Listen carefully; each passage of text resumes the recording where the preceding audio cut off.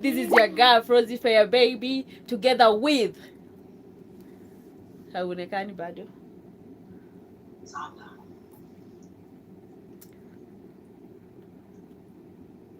Leo kuna joto. It's about to get hot. Really hot. Sasa you were supposed to introduce yourself.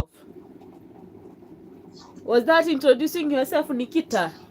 So guys, it's me, your girl Flozie for your baby, and this is Nikita and Flozie show. It's Kusadurwo Friday, and guess what? What? Our mission is our vision, and tigawana. We got a mission, baby. We got a vision, baby. We got a vision. We got a mission. Yeah? The mission and the vision is to entertain you and keep you entertained. So welcome to Kusadurwo Friday, where we Sandora you. Yeah, and of you course, never Sandora us. And of course, you because know, because we are the Sandoras. You all know, man. You all know. We don't need to talk more about it. We don't have to emphasize more about it. We don't have to parabrate it more. You can clearly, just the title of the day. Na leo ni Friday. What have been trending, my dear? Who have... First of all, the first topic we're talking about, me I don't have nyash. Kuna huyu msichana celebrity alisema ati amepata ati nyash kwa kukula avocado na jugu. Wapi? Nikita, have you ever eaten jugu? Ati jugu zinapeana nyash. Jugu ni za nguvu za kiume. I don't know whether I agree with you on that or disagree with you on that. I have my reasons. People. Ati Karo Anthony, wacha kufinya chakula ya mtata Flozie. Guy Anthony, chakula gani? Guy. I hate you.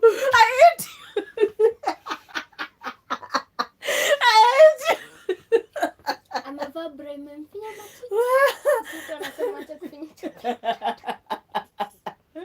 usinifanye nitoe hapa live. Mimi naweza toa. Gojea, nitatoa. Nitatoa. Hauwezi niambia hivyo live. Remove. Nitoe. Remove. Wacha nitoe. Saizi ziko sawa, hazijafinywa. Guy, lakini si you people you are CID. Anaitwa aje huyo jamaa? Anthony Karoni, how could you? Mimi ni hivyo kwisha finished. Afu mimi nashangaa cause niko na kandimu na finya. Si unashangaa ati hi Josie, how you doing? Yeah, your girl is eating. Na yakuna ngima na ficha.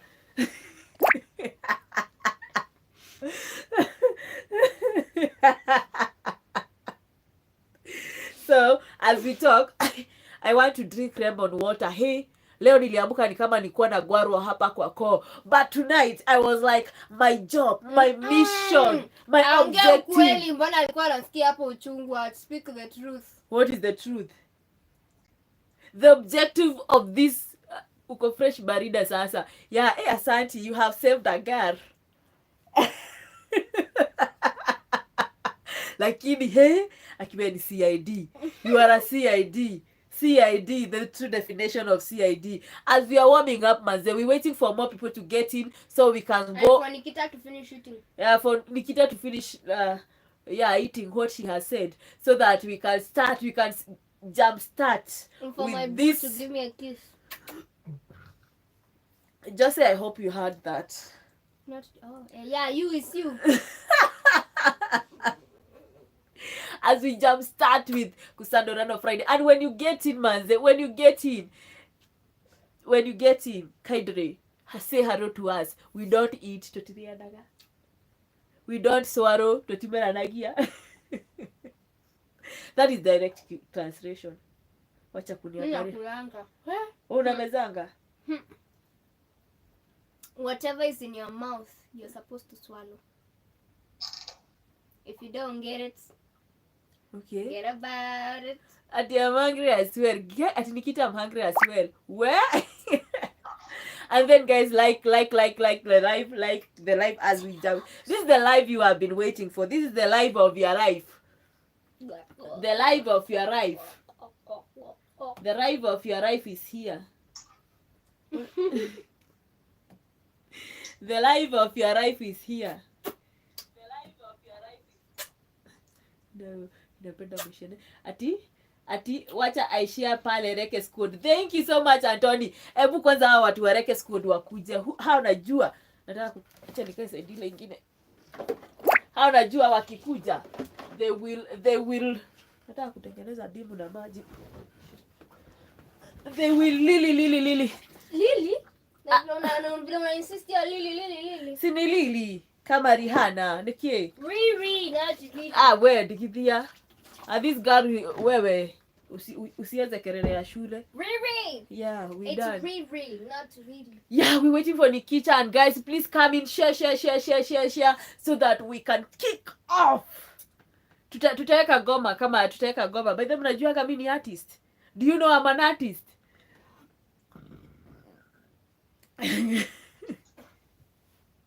I sing.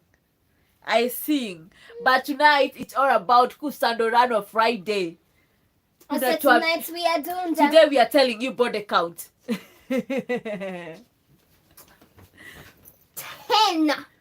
1, 2, 3, 4, 5, 6, 7, 8, 9, 10. And today you can say anything. You can ask us anything. Ask anything.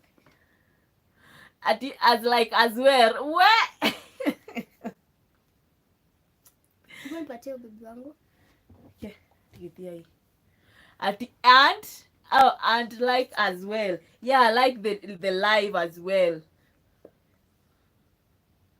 Love the like as well. Love the like as well, guys. So tunaanzia wapi hii Kusadurwo Friday? Tuanzie, unajua mahindi inakuaga na hapa juu kwa tip na inakuaga na hapa chini kwa getina. Tunaanza kusandoria wapi?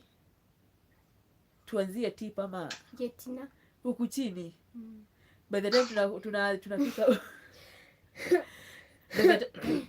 Is it bad to show nini knife on YouTube?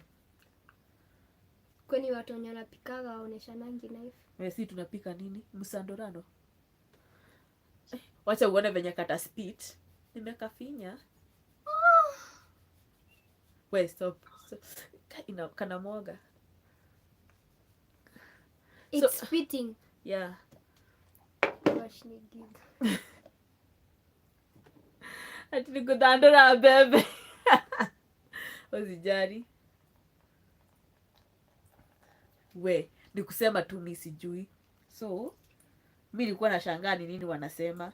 But nowadays people talk about it that if you are a woman, you can be sandorward. No, you can use this to turn your No, it's yogurt. Please, people, do not be confused. Take yogurt and do it's called. Okay, it's this exercise. You sit on yogurt. No, you drink yogurt and then there's there's this exercise. It's called Kigo. Kigo, unafanya nini Kigo? Tuelezee daktari wa Vagina. Vagina. Kigo is hizo mnione kando. I don't want to mshtuke muulize Nikita. Nikita how? Nikita Nikita trust me, I support I'm a feminist, so I like knowing a lot of things. Sio shida kujua ni vizuri. Mimi nilikuwa nimesikia unaweka dimu. For the men who have their wives out there, you should know what is Kigo exercise to the woman. Yeah, it tightens the camel, and for yogurt it washes the what? The camel naturally, and also it gives it life. Okay, kusaki kuexplainia hapa mshagae Nikita hada vitu zingine ulijulia wapi? Si uko na ID, si explain, unaogopa nini? Yeah, mimi nilikuwa nimesikia, and then somebody auntie, nikaenda nikauliza auntie Phyllis, nikamwambia auntie, nimesikia wasichana wakisema hivi na hivi huko shule. Akaniambia hiyo usitumie, itafanya ukuu na nyamba huko chini, unakaa chini huko chini kuna nyamba. Vagina fat. Yeah, They're called vagina fat. yeah, they give you vagina fat. Hadi watu walisoma biology. So there's a point I wanted to be a gynecologist. I don't know what happened. Hey, me if I go to a gynecologist, siendi kwa gynecologist mwanamke. Hapana.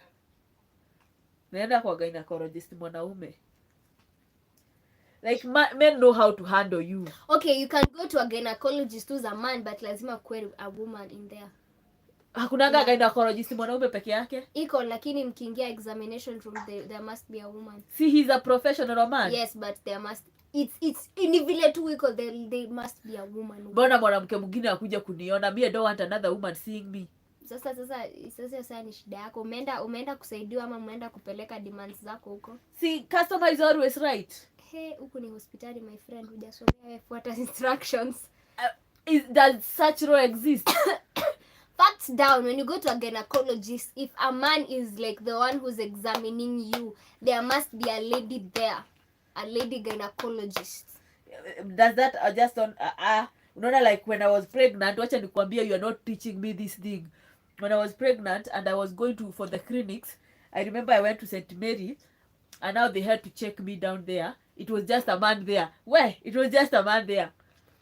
Facts down, there must be a lady there.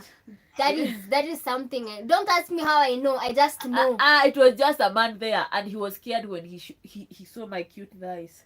But then he was so scared, and he was like, "Is someone burning you thighs with cigarettes?" Me, I was scared. I'm like, "What?" And is someone hurting you? But the way he was so gentleman. He had to sit me down, and he was like, "Is someone like torturing you? Are you going under torture?" I'm like, "No, actually he scared me." But there must be a lady there. There was no lady. It was just me and that man. Now I'm saying, according to the rules, there's supposed to be a lady there. Afanye nini? The same way when you're giving birth, mwanaume hawezi kuwa uko peke yake, lazima pia kuwe na men are very good caregivers. They're good caregivers, but at the same time the hospital rules still stands. Kwani unataka kumaanisha mwanaume anaweza rape mwanamke akizaa? Nikuuliza tu just kwani you go to a gynecologist only when you're giving birth? Umesema delivery like when you're going to a gynecologist, you said delivery room at Yamba. Do you know who's a gynecologist? No, you said delivery room. Do you know who's a gynecologist? He's the part he's that doctor who look at your private part. Exactly. So it's that simple. So this is not about pregnancy. This is serious matter. There must be a lady. Facts down. I will check on that. Me, I'm Please not agreeing on that. Please do. I'll check on that. Please I'm not accepting bribery. And today is Kusadurwo Friday. Wachana na mambo ya gynecologist. Yeah.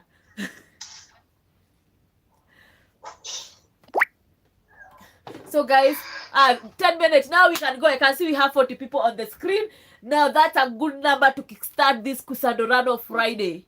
Yeah? Where were you? There are 40 people there. Actually, there are 4,000. I can see them.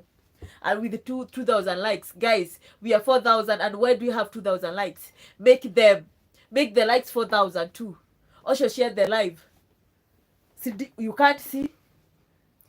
I'm telling you, the doctor who has been treating this lady, you ruined her. From her eyes to her. Where? Mine is perfect. Twitter mtu akuja confirm.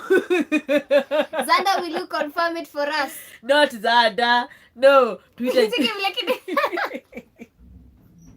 Twitter mtu. Is there somebody there who is ready to come and confirm? It's perfectly good and working. Unajua tutawatuma yetu na Zanda na hapa nyuma. Hapana. And then although Zanda kuja to confirm. Nimesikia you can't trust the ladies. Okay, so Zanda, wewe na Flozie tutawapatia like 30 minutes. Uende uconfirm alafu kuja tupatie feedback. Zanda anakaa kurudi akiwa blind. It is working perfectly well. It is perfectly working. It is very good. Yes. Why should there be a lady in the room? Exactly. Yes, thank you. Skyra, thank you. Trevor. Thank you. What is a lady doing there? Kwanza me, it is my business, me alone. Why are you bringing? If nilikuwa nataka kwenda kwa gynecologist mwanamke Skyla. ningeitisha. I did not ask for. Skyla mambo. Did I? Lazima kuwe na witness. Yes. But mimi start witness. Lazima kuwe na witness. Let me tell you something. I have this ex of mine. He's a doctor. So there's a time. Okay. But I've dated 2 doctors so far. JJ na calling smart. Life is weird. Hata me, I have dated 2 doctors. The doctor is doctor's blood is flowing in us. Hallelujah. No wonder hizi vitu, but shida ni ati ushikanishi. So as I was Did you have to ban me? So time nani time calling sasa ameingia like into the industry. Yeah, medicine time amepata job. Now he said like vitu hadi mimi I used to ask myself if like the guy atakonga kasema no, like there must be a witness, especially when imefika to that point Gani? like when a guy say obvious this is a man will always be men. Lazima kukuwe na witness. Yeah, for sure there must me be. I'll put my demands and say I don't want a female in the room. Okay, build a hospital. Yeah. Anyway, as I was saying, thank you. I'll build that will be a hospital. Hiyo ni yako tu kijenga. Lakini si zenye already exist. So you guys like so for the ladies those who are watching, akisijui kuna ladies, but if there is ladies, but then it's 5,000, so the ladies. So for the ladies who are here, make sure if you want your cameo to be tight enough like for your man to like enjoy the ride. So you mean, let me ask you a question. My nini has to be tight for my man. What if I want it to be tight for me? I don't have to give it to a man. It can stay like that. Like checking on your vagina health is something so good. Good. You don't have to do it for a man. Do it for yourself, for you love yourself. Now, I did not dispute that. If you were listening to me, I did not dispute that. I've said, if you want your man to enjoy, that is my basic line. Yes, is like if you want your man to enjoy, like try for the ladies, try Kegel exercise, drink a lot of yogurt and water. Yes, and water. And a lot of fruits, especially sweet fruits. Yeah, that too. Sweet fruits. Yeah, if you eat sweet fruits and then like when he leaves, kuna vile taste. Yeah, when he goes Spider-Man.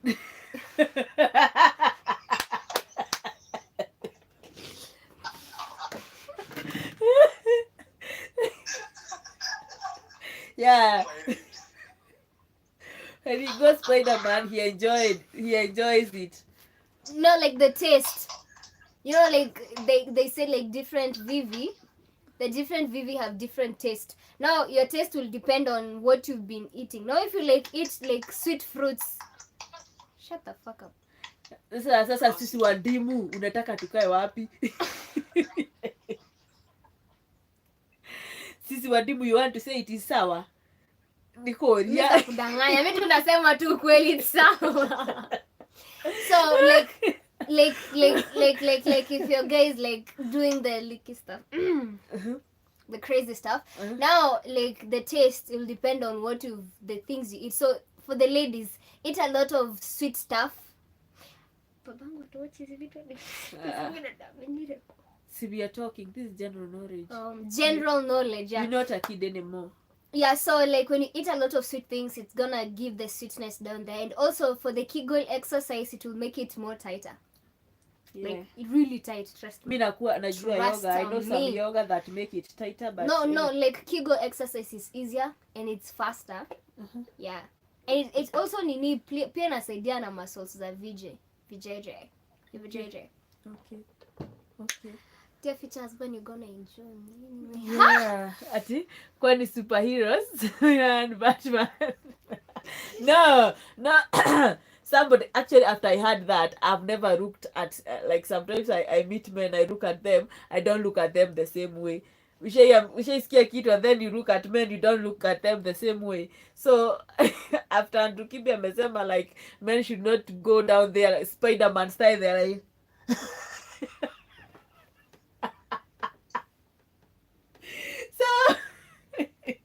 he does not support that. He does not support pea eating. Yeah, she does not support She who? Andrew Kibe does not support peach eating. He does not. If you don't mow the garden, whoopsie. He does not support that. Anasemaga unless amekaa na wewe. Before ulime your garden, you must mow it. Hey. It's as simple as that. Where? But anyway, so far so good. So good so far. Yeah. So job to keep you entertained and to give you knowledge. Yeah. Yes. So guys, any question? Okay, but healthy yogurt is the vanilla one. Yeah, because aina itakuwa stuff more the vanilla. So but I think daddy anajuanga because akikuja home he doesn't buy any yogurt. Kuna time nilimwambia hivyo, ile time nilipatiwa my first sex talk. Nilikusema kwamba nilipangwa na dad. But okay, your dad gave you your first sex talk. Yeah, my dad gave me my first sex talk, so hiyo, and then I was like, mliambiana nini? Turudilie hapo hivyo, mliambiana nini? Alikuanzia aje? Now I can see your dad. Alikuanzia aje? So he came home, he lied to my mom. Akamwambia ati leo nataka kupeleka Fei aende achukue vitu fulani za shule. It was like before I niingia form, nilikuwa naenda form 3 if I'm not wrong. Sasa hiyo time, so I had to go buy like shopping and stuff. So that was like nataka nipeleke nikaenda buy nini shopping. Sasa si tukaenda, sasa mimi niko excited naenda shopping. Hata uzuri dadi mkaenda shopping. Ile yenye amekwambia tuende na yeye. Unajua hapo kuna ile time akikesikia amekwambia andika list. Wewe. Heri akwambie muende. My dad has this problem of akikwambia andike shopping list, utaandika alafu akupeleke yeye achukue uka shopping list aende super, andike prices za kila kitu. Si akununulia, andike prices. Akuja kupatia exact money bila hadi kuongeza 5 pop juu. That's my dad. Yeah. So ile time amekwambia tuende. Alafu mkienda na daddy shopping, hakuzungushangi huko like the nini, anasomanga hapo kwa cashier anakula story. So wewe unaenda unanunua kila kitu unataka, unakuja hapo unampata hapo. Siku moja tulienda super na daddy akachukua Del Monte ndani ya super na akafungua na akaanza kukunywa. We always do that. No, that is very weird. Me and my mom were like, what? Me every time I go to the super and I know like nasikia kiu ya kukunywa like juice. Mimi kuchukua na kunywa na natembea nikikunywanga naenda naipatiana hapo ikiwa nusu. Bora nalipa, si bora nalipa, I know I have the money to pay for it. So wewe tuambie sex talk nikio tuige ile yao. Kari usoro hapo here. Okay. So like he was driving and then he pulled off aka pull off to na nikashindwa usiku tukupitianga njia kwenda like straight town, alipitianga highway like the main road na Koro Nairobi ndio tufike Dalamete na pande. So he used that road, akaenda akapark mahali kando. So mimi nikashindwa kwani tuko na like ni mguu ina pressure ama ni nini, nimepata pancha.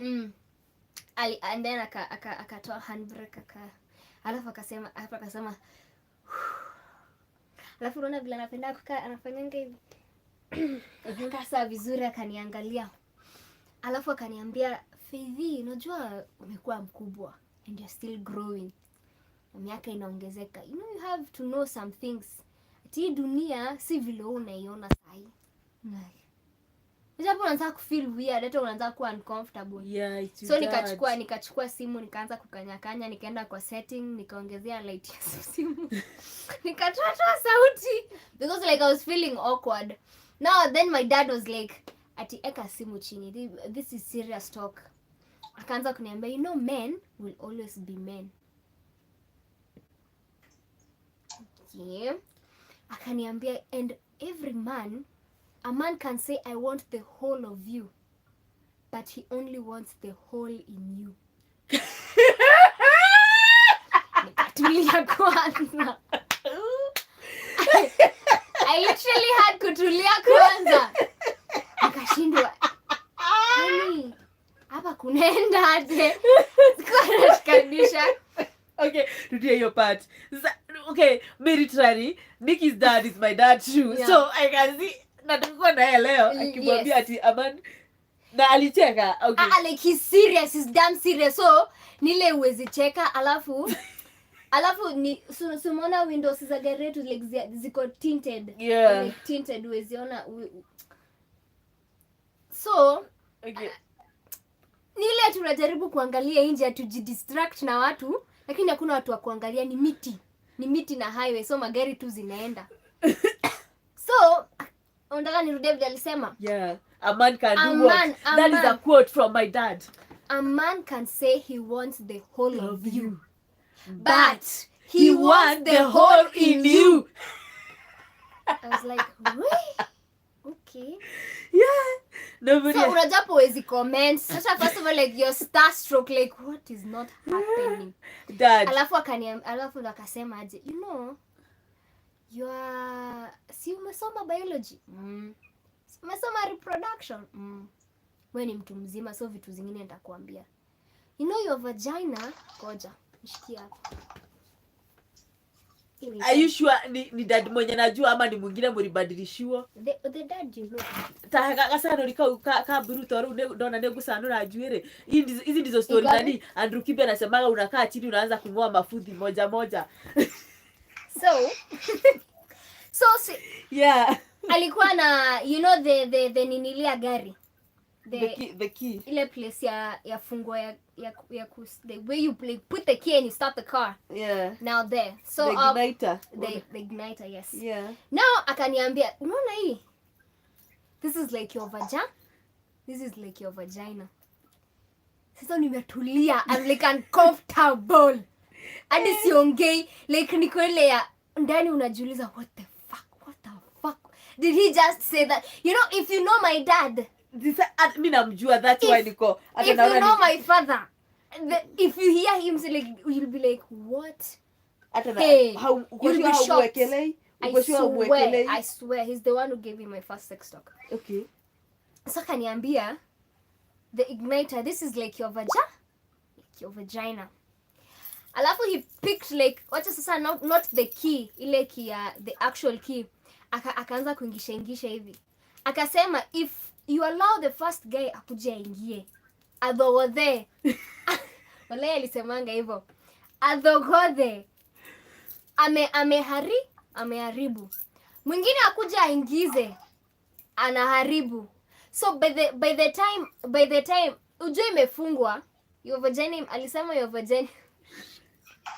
Ati Flozie changa. Mimi nimechikwa na butoa. So akasema like your vagina is closed. Alisema inside your vagina there is like gold. Sasa alisema, I think hapo ndo alikuwa anamaanisha your value, like your VJ like holds a woman's value. So akasema, so the men know you have gold in you. So the first guy will try to open it, you invite the second guy, I try to open it. By the time the right guy anakuja, so alikuwa anasema now the right key akikuja utakuwa haribika. So the gold, like God has stored, Mungu amestore, kuna kuanga na hiyo yeah, like Mungu amestore a gift, the gift that like your value, your vagina, the gift is the most precious gift you can give to your husband. Your virginity is the best gift. Now this gift was placed there by God for your husband alone. Even the bango alikuwa ananiambia. So when the right man comes into your life and then tries to open to get to the you're supposed to know the difference. Thank you. Like that's when you're supposed to wait for the right time. Like the day you say I do, now that's when you're allowed to do it, and I stand by that. So what I'm saying is that like the more you allow so many guys to like come and open, by the time the right guy comes to open and to get the gold, utakuwa ushaharibika, you won't have any value. And when you go ongea na kusikiza. So my dad was like, try and protect yourself, because every man will want the whole of you, but except that person mwenye Mungu amekuwekea. So it's like, wewe tulia, keep that gold safe, remain a valuable lady. At least utakuwa na maybe utakuwa na pesa na nini watu wataringa, but always be proud that you are pure and that you have self-worth. Alafu akaanza kunipatia story ya these people who like wear the white gown but they have already given birth. You're not supposed to do that. Let me explain.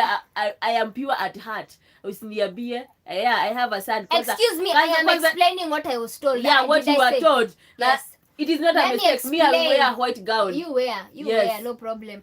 So what I'm saying, Dad said like, yeah, the right man will. Yes, exactly my point. So what Dad said is like, when you wear the white gown represents purity for the lady. Yeah. Represent that the lady has not been touched by other men. What about us with secondary virginity na university virginity? Mnataka tuvae nini? So mi sijui.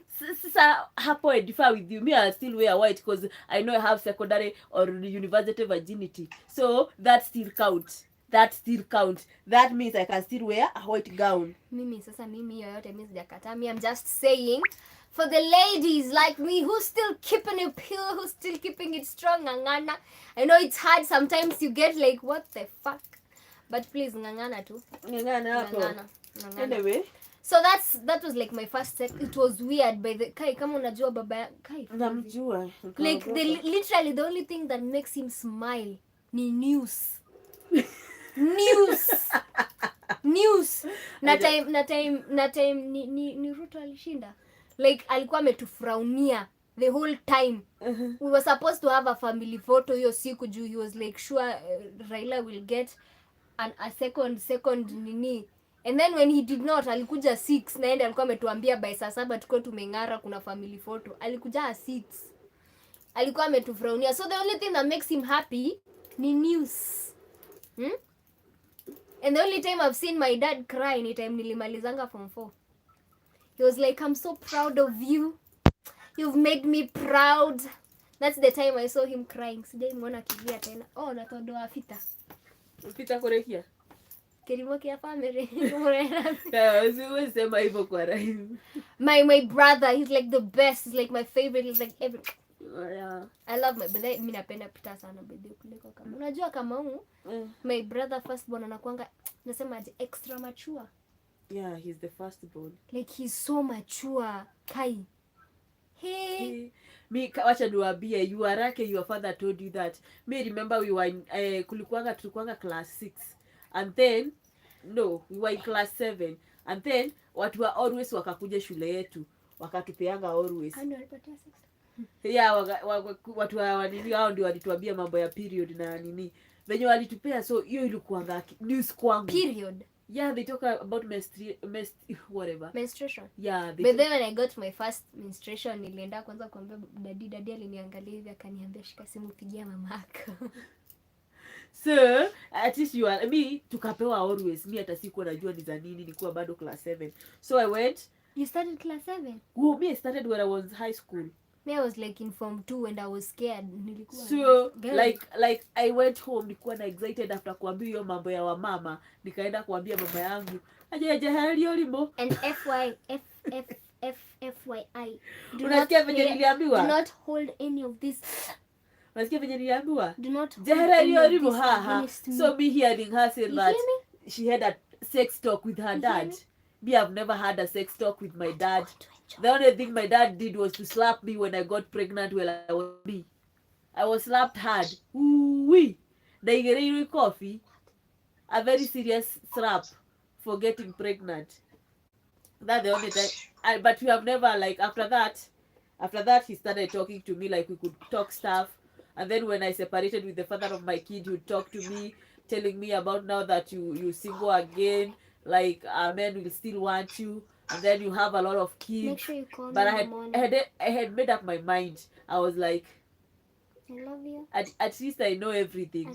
I love But men, the best thing about men, I think you learn this thing, especially during the rite of passage. Ati baba alisema pereka ujinga. No, not my dad, my mom. That was my mom. I went to talk to my mom about now those stuff because nini guy the heria isi mamangu like venye tulisomeshwa shule, so nilikuwa excited, hata nilikuwa nataka kumuonyesha always nini nilikuwa nimeficha hapa kwa sweta nimuonyeshe ajirie domo herio rimo hebu kaa vizuri nywele inanifunika, so aliniambia niondole. Yeah, my mom was like we never like like sisi we could not talk. By the way, we never sat my mom sat me down and niambia about men and everything. But she would always like say nikuone ukiendanisha na mwanaume. Those were the things she could stop us, like we could not walk with men. By the way, I remember there was this time I was in high school. Me, I went to a day school. And then nikitoka shule, kuna sasa maboys wa side ya kwetu. Tunatokanisha home. Unajua mnatokanga as a gang, kila mtu anafika kwao, unaingia kwanyu, unaingia. So, Josie nimeachwa kuja sasa. na nisikaila nashtuka ati mamangu aliniambia Jehererio Rimo. Your mom, and though she's sweet. I went to talk to her about like periods and all that. Jehererio ndiko dorimo, Jehererio. My mom will never talk to such things. Investor Nikki. So, she met me with boys. The only thing she could stop us from ni kutuona na vijana. But talking to us about sex life and everything, mamangu, unless she changed, hata sidhani like she would talk to you about, like there is that thing about wazazi wa kitambo, you know. I don't know. So me hearing Nikki ati she had a sex, the last person hata ninge expect akuwe na akuongeleshe sex. My mom can't tell you anything. She's as shy as me. Okay, I'm not shy, but my mom is shy, like really shy.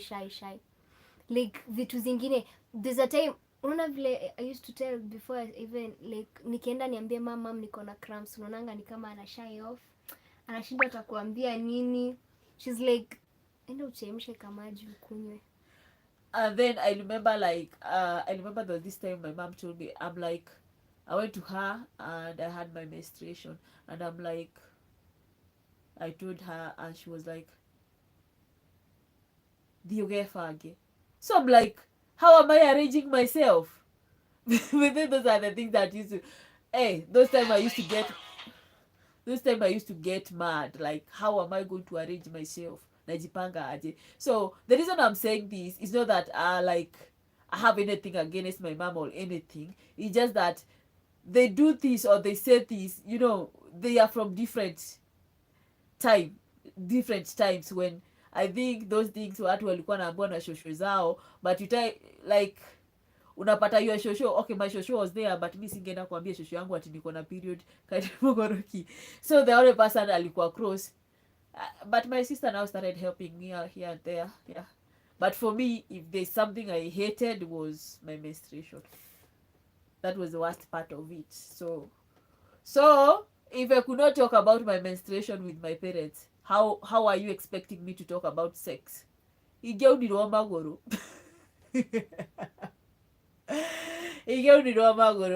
ningevunja miguu. So it was like that. But anywho, tulilearn regardless. Nikuja Nairobi nikapatana na kijana wa Nairobi. Akanifunza from A to Z. Nikapata mimba. But anyway, by then, it was okay. And then, you know, high school, in high school we had sex talk. Kuna hii time tulitwa wasichana watupu, so they taught us about sex and everything, and they were like telling us about maintaining and everything. So in high school we learned about that. And then when I joined campus the first semester, actually the first week, kuna hii subject, and then they told us sex is a basic need. And I was so naive. I was this naive small girl. The moment I went home, I went even with the books, I showed it to my boyfriend. I'm like, guy, did you know sex is a basic need? He was like, you never knew. Hey, we had to do it. It's a basic need. And being a basic need, mtoto akakam along the way. Akufika Z. Kuna hii nani asema? Okay, they didn't know what to say. True. Yeah, nani say, Skylar is saying, lakini ni vizuri sahi kuna YouTube, one can research for themselves. They didn't know what to say. True, now that is good. There is Google and YouTube. Yeah, there's, and then for me, like right now, even when I'm with my son, we talk. I talk with Daniel. I talk with my son. I'll never ever want my son to experience, okay, he's a boy, maybe I learn from other boys, but I don't want him to learn from boys. I want him to be taught by his mom. Okay, sijafika ile stage ya kumwambia sijui stories za condoms, hajafika. But Anajua kuna condom. Actually, if there's one thing I did, maybe you might think I'm a crazy mom, but when my son was 6, I sat him down. I went on YouTube cause that was the time kulikuwa na watoi walikuwa natoka na huku neighbor tusichana twingine, and then wanafanya karongorongo, the real karongorongo, wanatoana suruari, wanafanya hiyo mambo. And literally right now, cause kid do that, like people come from different household. Me, I stay here alone with my son. There are things I'll never expose my son to. And then by the way, that was the time I could not even allow a man in my house. Actually the reason nilianza hata kuallow mabeshte wananitembelea venye nilihamia kwenye naishi saa hizi ilikuwanga December ya 2015. So stima socket ilikuwa na shida. Nikaongea na landlord, akaambia fundi akuje. Fundi kunitengenezea, aliingia kwa nyumba. My son was like, "Mom, mbona huyo fundi ameingia kwa nyumba na ni mwanaume, na kwetu wanaume hawaingiangi?" So that one made me realize the way I'm raising this boy, it's not right. Cause now like ni cannot, so I've been affecting my son without knowing. Cause yeye alikuwa anajua kwetu wanaume hawezi ingia. That's how I've raised my son kutoka kwa mtoi, like after the separation and everything.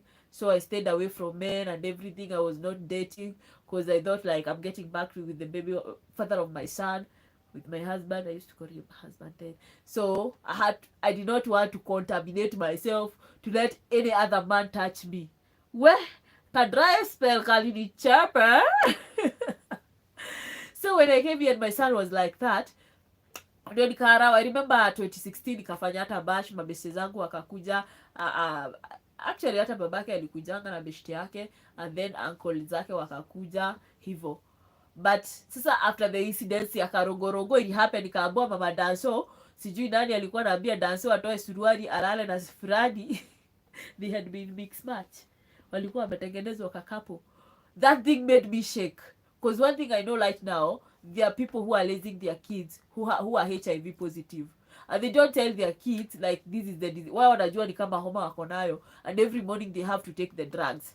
So your kid is taking drugs, unajua vitu kama hizo, you don't go telling people ati mtoto wangu ako na HIV. Hapana. And these are just innocent kids doing karongorongo the way we used to do back in the day. But the karongorongo never gets out of fashion, it's still there. So they're doing karongorongo, and they were doing it seriously. They were taking off parts and everything. That thing made me shake. Nakumbuka nilipigia hawa watoto kelele. I was like a crazy woman in this plot. So after that I sat my son down, nikamwekea YouTube, nikatafuta watoto wako na HIV, nikamuonyesha. Nikamwambia the moment unaenda unatoa suruali yako, unaenda kufanya hizo mambo, unaguzishana mambo huko, utagonjeka kama huyu mtoto. Unataka kukunyanga dawa asubuhi hivi? Unataka kukonda hivi? Unataka kukua hivi? Hapana. So put your pants on if you don't want to be sick like this. Na hivyo si vizuri. So with that akapata knowledge. I scared him, I know. I'm a bad mother. I'm truly a bad mother. But I was doing that because I knew what I was preventing. So after that, saizi anaweza unasikianga saa zingine akiongea kamoja, but sometimes we talk. It's not a big, like, I know it's not a big deal. Yeah, kama umesikia Nikita akisema he knows what is a condom. But you can see that he's still young. He's right now he's 11. Mbona unacheka nikisema he's still young? He doesn't have a girl. Akona girlfriend. Unajua huyo ndiye. Oh, Skyla remembers that time. That time I was like, we, mimi na venye mimi ukasirika. Yeah, akifuzwa na vijana wenzake anaharibika for real. So I talk with him. And then the best thing about my son, the only boy alikuwa anatembea na yeye mdogo, nikatotoka neighbor. Alafu kawe ni mdogo wake, he always treat you as a kid. Utasikia akiwaambia like mwenye alikuwa besti yake, mwenye hata nilikuwa na harau kwa nyumba yangu, anaitwa Kigan. But sasa hizi watoto wakakuwa wengi, and then kuna time wamekuja wakaenda mpaka bedroom, wakaenda kwa kitanda yangu wakarukaruka, nikawafukuza. Me, I'm that bad, I'm that strict anyway. But unapata mtoto mdogo, yeye hutreat mtoto mdogo kama mtoto mdogo. If you are younger than him, hata venye na kuongelesha, hata tone yake huchange. Because I think he is like that because he has a younger sister. Akona younger sister. So venye naongeleshanga younger sister wake, that's how he always talk to someone younger than him. But my son, I don't know, maybe he has an old soul ama anything, because like anakuja kuambia umechelewa kwa nini, he'll be like nimepitia pale kwa beshte yangu. Namuuliza beshte yako mgani? Aniambia pale kwa Aaron. I wanted to know this Aaron, and we ended up being very good friends. But unapata Aaron is somebody who pia yeye ni mzazi, so hata story wataongea na yeye hapo ni mtu anamuadvise. So most of the time we find like his friends, mi hata ushtuka, my son, his friends are grown ups, like wale anaenda unampata akipiga story anapiga story na wababa. Is that normal? Like, do you think, guys, that is normal? Yeah, thank you. No, you're not a bad mother, you are just educating him and protecting him. Yeah, because we have to. But is that normal, like kupata mtoi wa 10 years but mabeshti wake ni watu wako 30, ni watu wako huko 30, watu sidhani hata watamuadvise anything. Like me, I trust, like I really trust Aaron as a friend. I really trust him. Like, I know if Daniel is talking with him, he's good. But then napenda maturity yake. Yeah, I think alipata huko, and then you find like when he goes out with his dad, the best thing is that his dad is somebody who is si mtu wa mambo mingi. So anyway, back to Kusadurwo Friday. Tuongee nini? Mlisema hakuna kuongea body count, ama mlikuwa mnataka? By the way, body count yangu imefika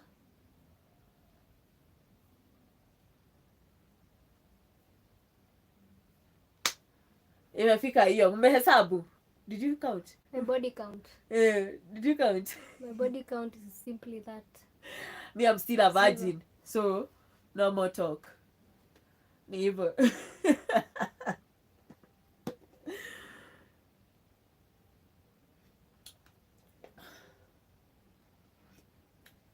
I need to go serious. Put the phone away.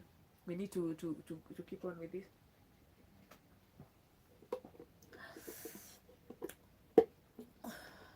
By the way, do men, let me ask, wanaume huwa mnakuaga na hako kakitu, do men like care about the number of women they have slept with? Just a question, somebody tell me, do men care about the number? You know, like when we talk, people always point fingers, wanasema yule demu amelala na wanaume wengi, sijui yule demu amelala na wanaume fulani, sijui Flozie tuambie body count yako, Nikita tuambie body count yako. But do men, mna countingi, mnakuanga, do you care? Like, because for me, I don't know, but kuna vitu nakanga, I think it's in women, because most women utasikia wakisema like maybe before ifike but do men, muna feelingi, men muna kuanga na body count, ama mwanaume tu ni ukipata tu naenda, hakuna kufikiria? Do men have body count? Mtuambie, ama it doesn't matter? It doesn't matter. Hebu tuambieni. Nikita tuulize. This might just drives me crazy. So, do men care about body count? My people see I'm blessed. I don't know.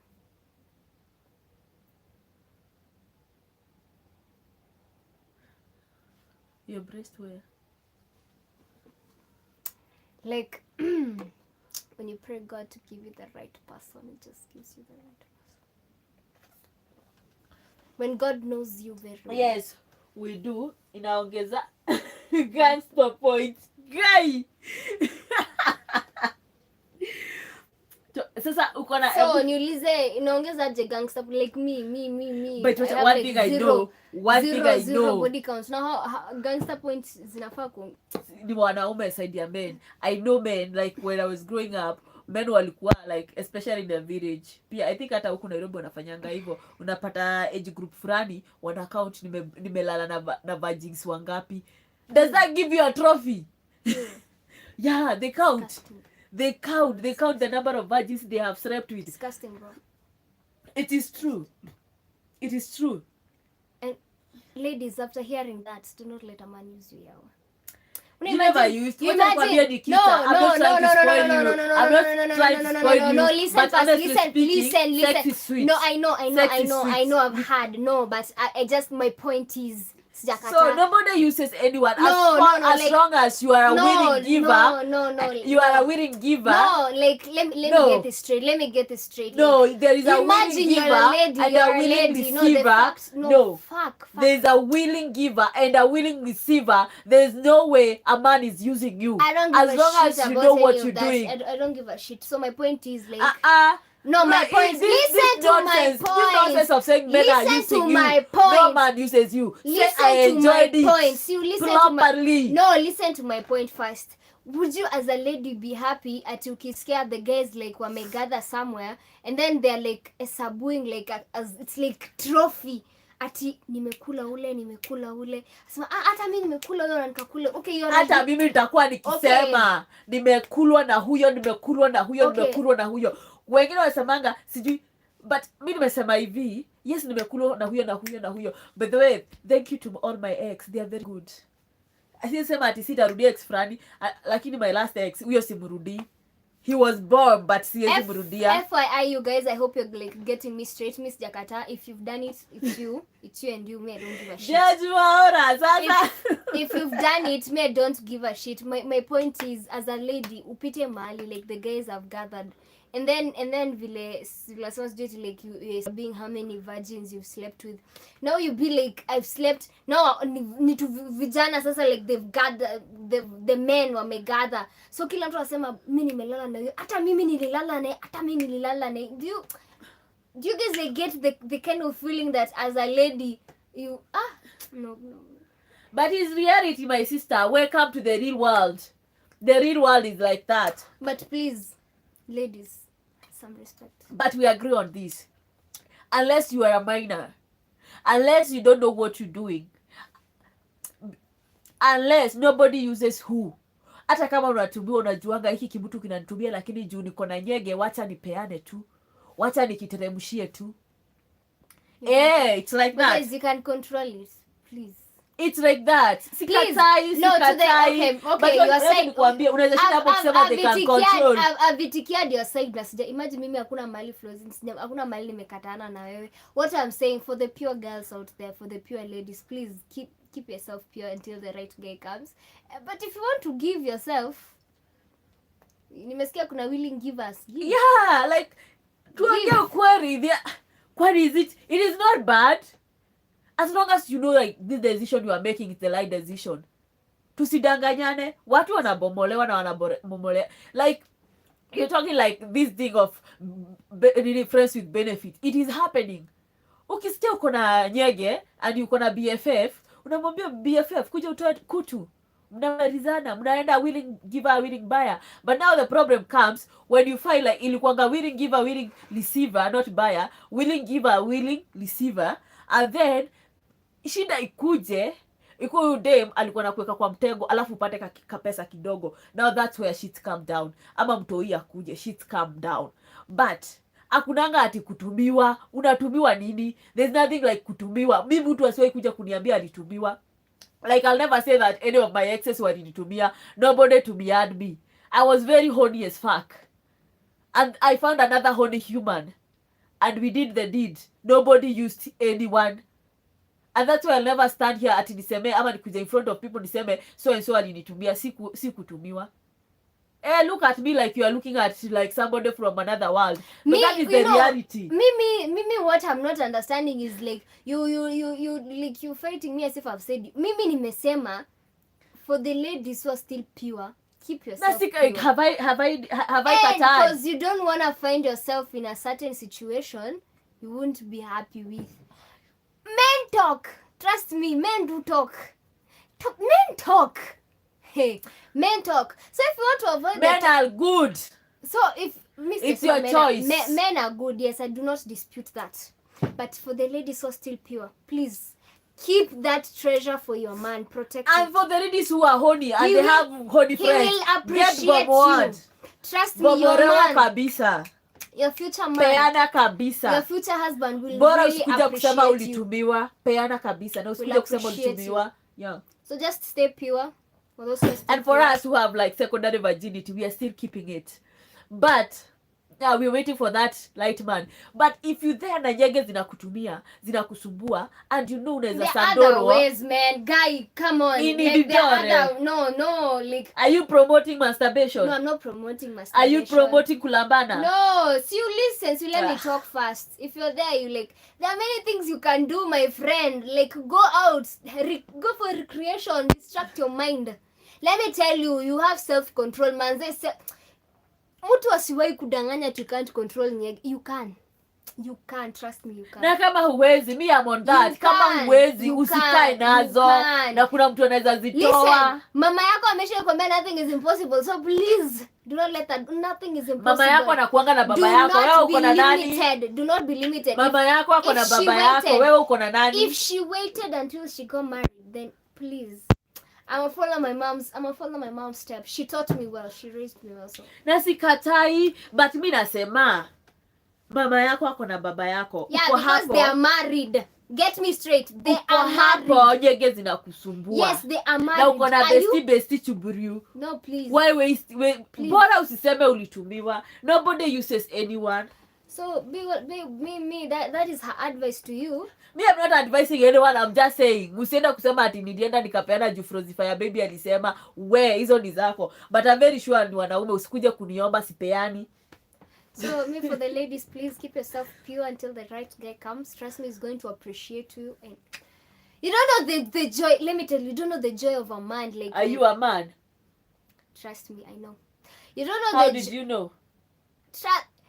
Tuambie, are you a man? How did you know? If your previous life ulikuwa mwanaume? I have 3 certificate for a guidance counselor. Don't ask. Like, I'm good at giving advice. As you are Mr. Ambistic claims a woman's value is her youth, womb and femininity. I agree. Which katai, but pia yeye akisema anasemanga anapeagwa na anakura, lakini anakura but hata oa. Which means katai. Actually hata sikatai hivyo. Nani anapeangwa? Miss the shit tunasema. Please let's respect each other. I am pure. And I'm saying this on live camera. I am pure. Miss Jakata. So what I'm just saying is, for the ladies who are pure, just keep your the far you've come. It's been the journey. Don't give up right now. Keep going. Trust me, that man will appreciate you. You'll be walking down the aisle, and the white dress you're wearing, it's really purity.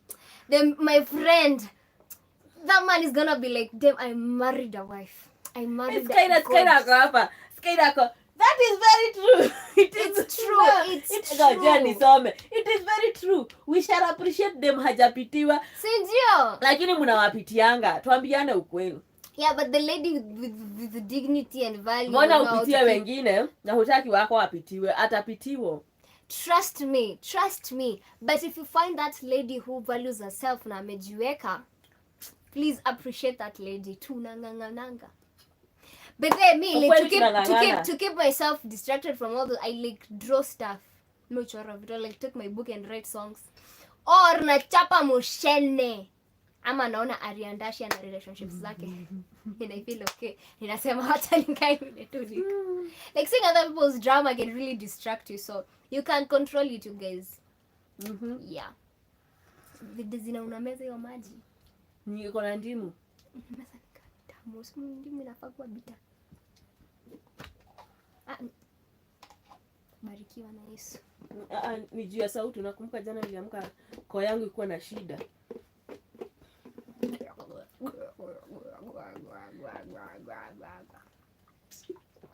Mimi sina simu. Ni keupe. Jesus Christ. Nini? Mimi sina say. Me the only thing nimesema mambo. Mimi sina say. Yeah, mimi sina say. The only thing nimesema is this. Just see, this is me. Just see, this is ni era. Did you just flip my mind? Excuse me. That was like you have never. That was technological era. Like you have never ever held my phone when I was trying to connect with someone in a bus. No, like it was weird, you guys. No. Like you. Don't remind me. I was trying to connect with that guy, and you were there taking my phone away. I wish you guys know how he was trying to connect. Is it bad to connect with people? I'm just creating a connection. No, it was weird. Like if you're in that situation, you could have felt the weirdness. Like, where feel the weirdness for me, if I was going to to fuck up, I could have fucked up on my own. Usiwahi I niaibikia. will do that. Usiwahi I will niaibikia. not allow.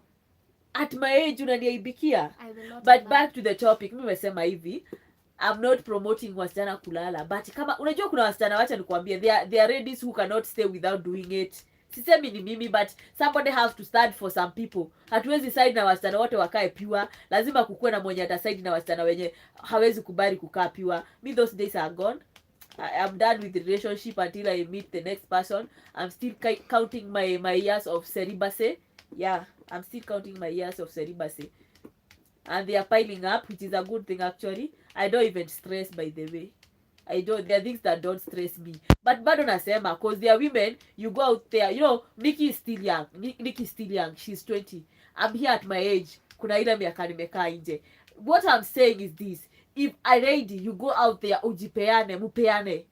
Mwanaume upe mwanaume apokee. Mumepeana. That is the next stage. Usikuje after you did the deed, useme mwanaume amekutumia. That's what I'm saying. If you know you cannot keep it, kama unataka kupeana, peana. Be generous. It is yours. It cannot finish. It is not soap. Peana. It cannot finish. Because that's what they say. That's what most women say. But ukipeana, don't come here saying ati fulani alinitumia. That's what I'm fighting something for. I'm sure of. If you give it to a guy and then the next day you see that guy with someone else, man.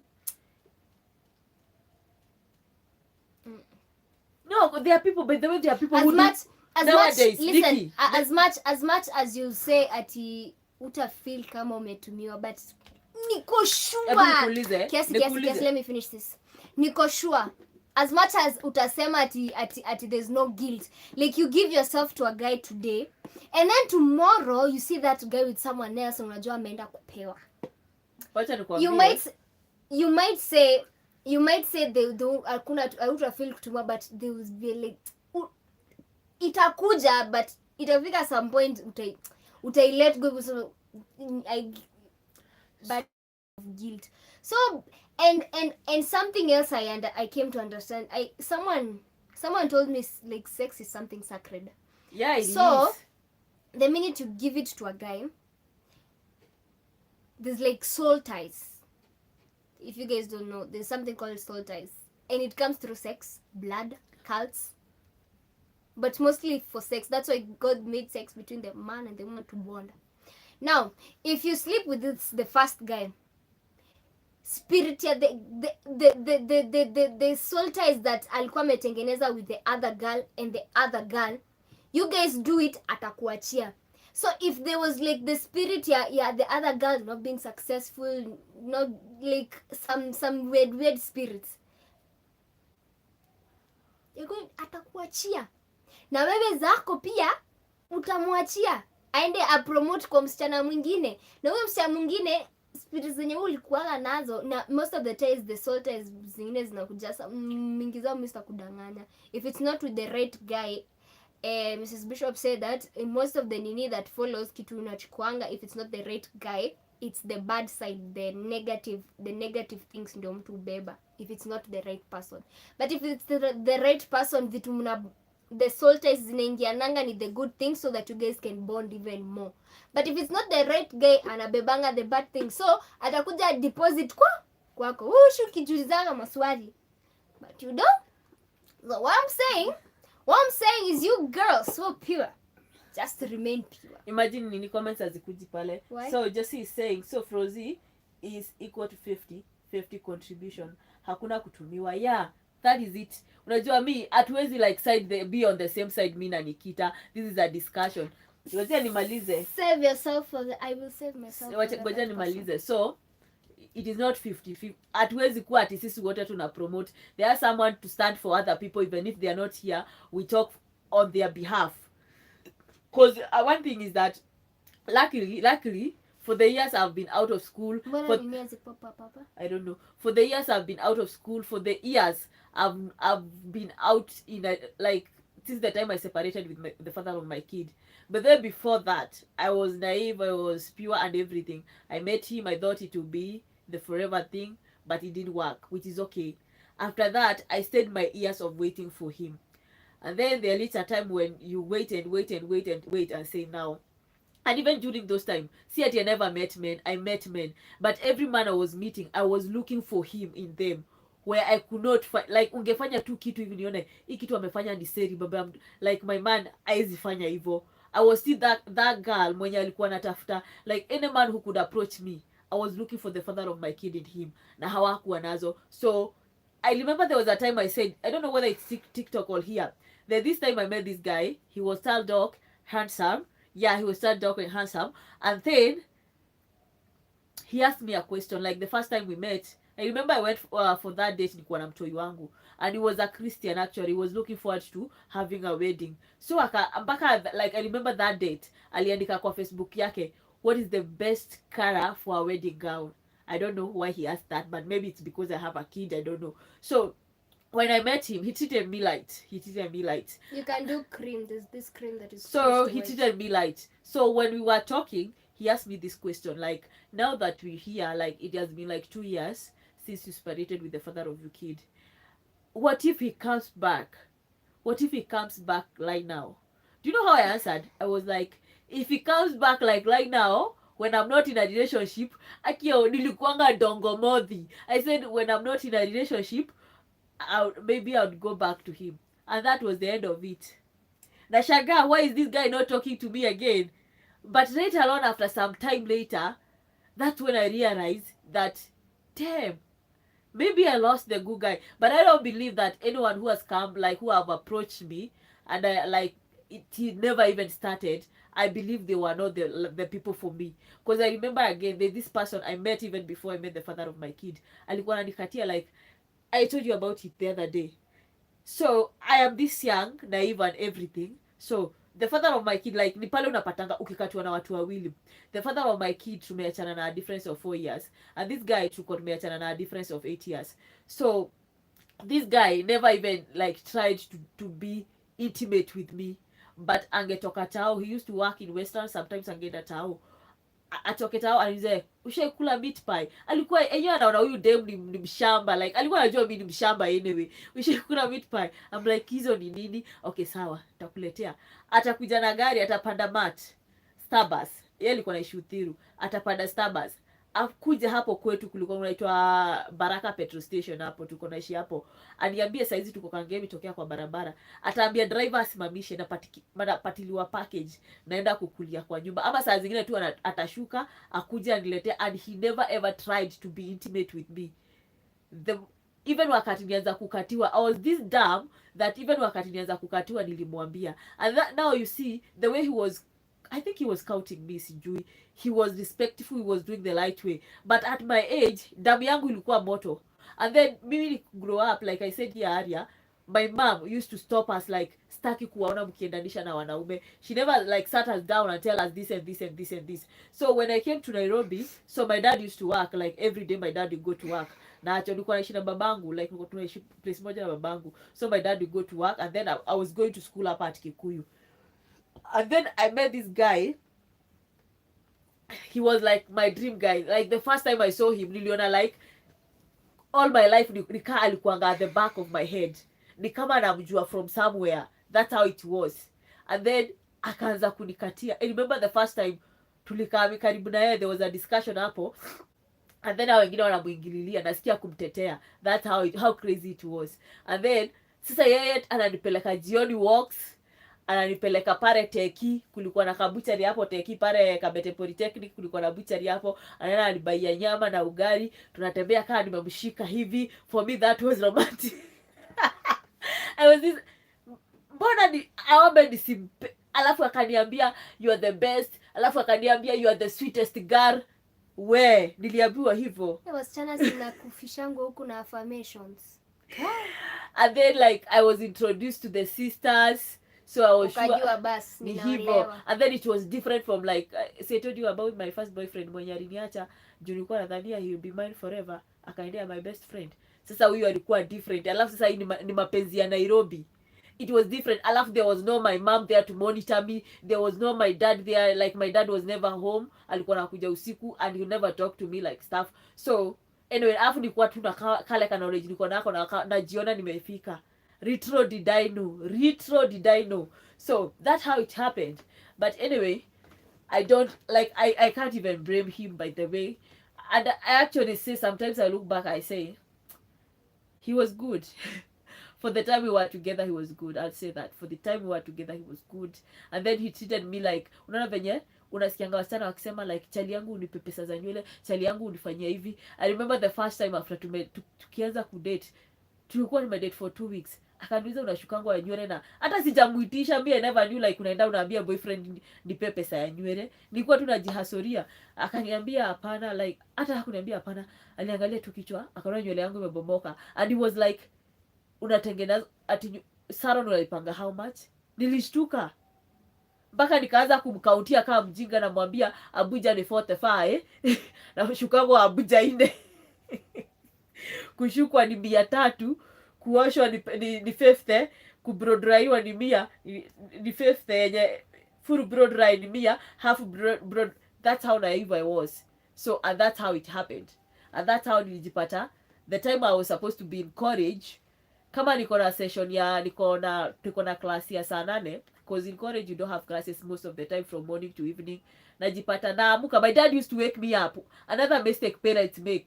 Ningemwambia dad niko na class ya saa 8, aambia amuka uende library. Sijui they think like library ati amuka uende library ukasome. Najaribu kumwambia because saizi I'm feeling I'm a grown up. I can go to school at noon like other students. But he's saying I'm paying the school fees. Just wake up, go to school. Every time he would wake me up at 6.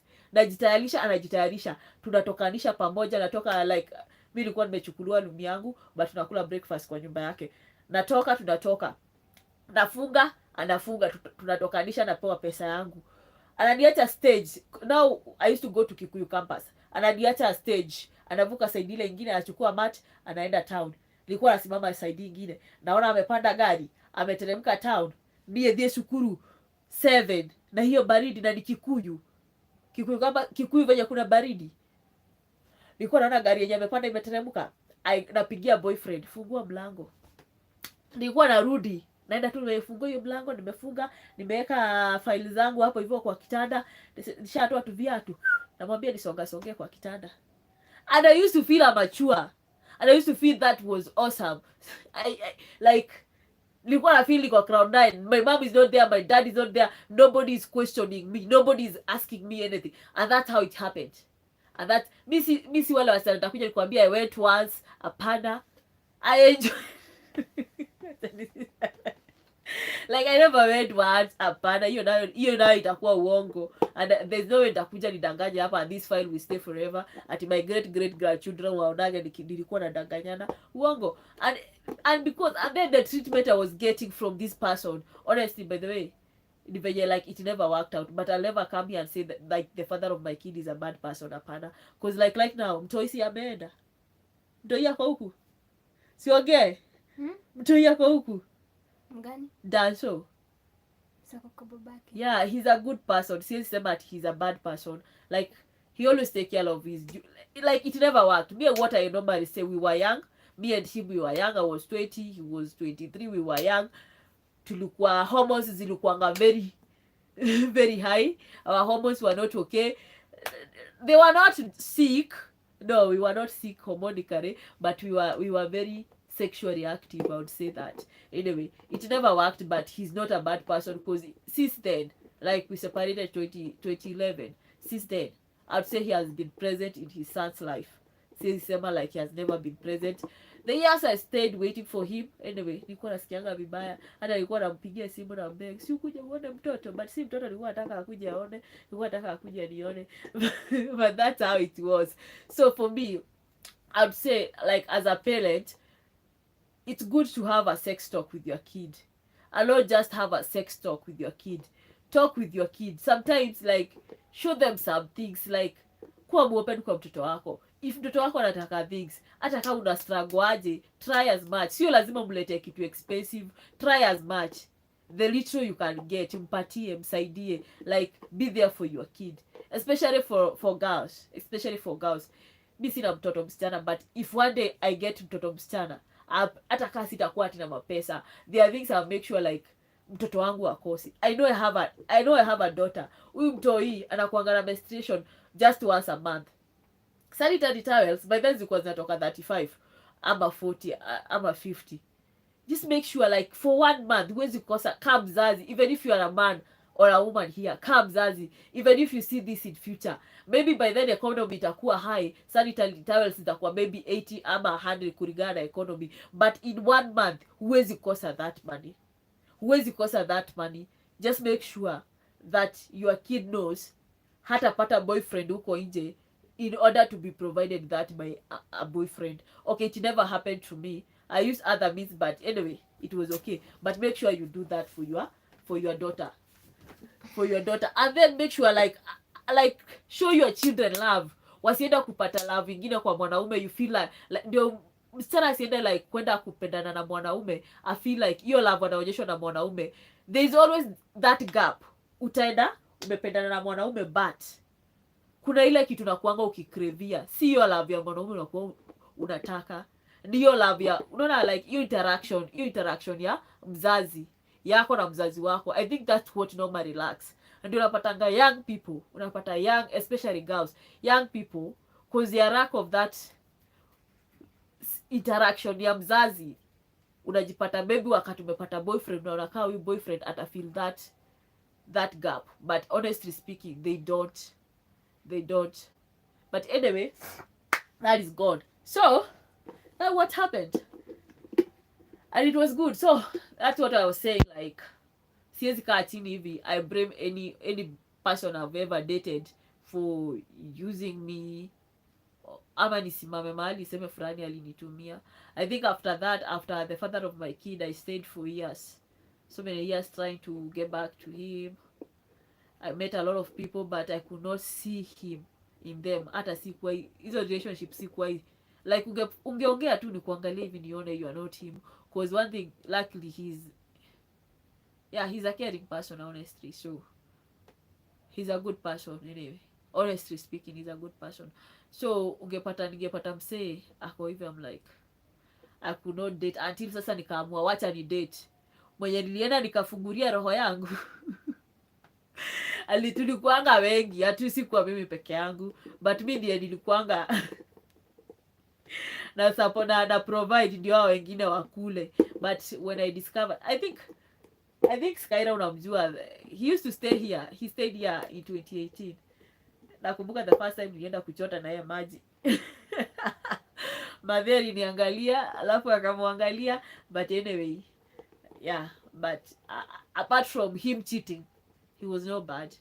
Maybe alikuwa na a lot of energy, alikuwa bado hajafikiria, hakuwa ready kusettle. The only thing he did was cheating with multiple girls, and that affected me. Actually, that made me like stay away from the way it affected me. It was so deep, because I think I've shared this, like I stayed for 3 months, nikaenda VCT. After 3 months nikarudi tena VCT, I confirmed I'm not sick.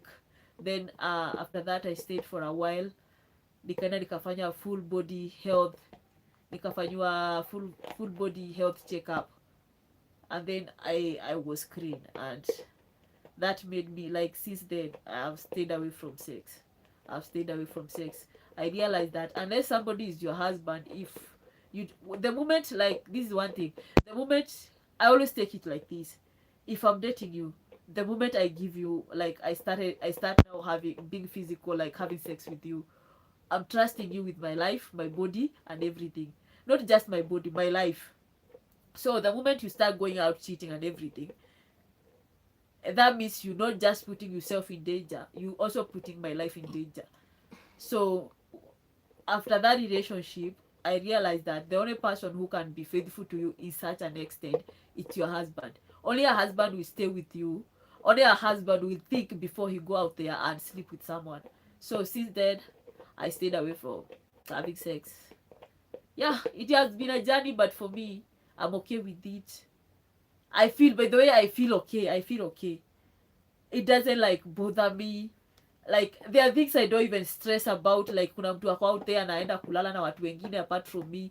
Because actually, like Nikita said, like if you sleep with someone and then umpate na mtu mwingine, hiyo kitu ukeleketa maini, it hurts like really hurts.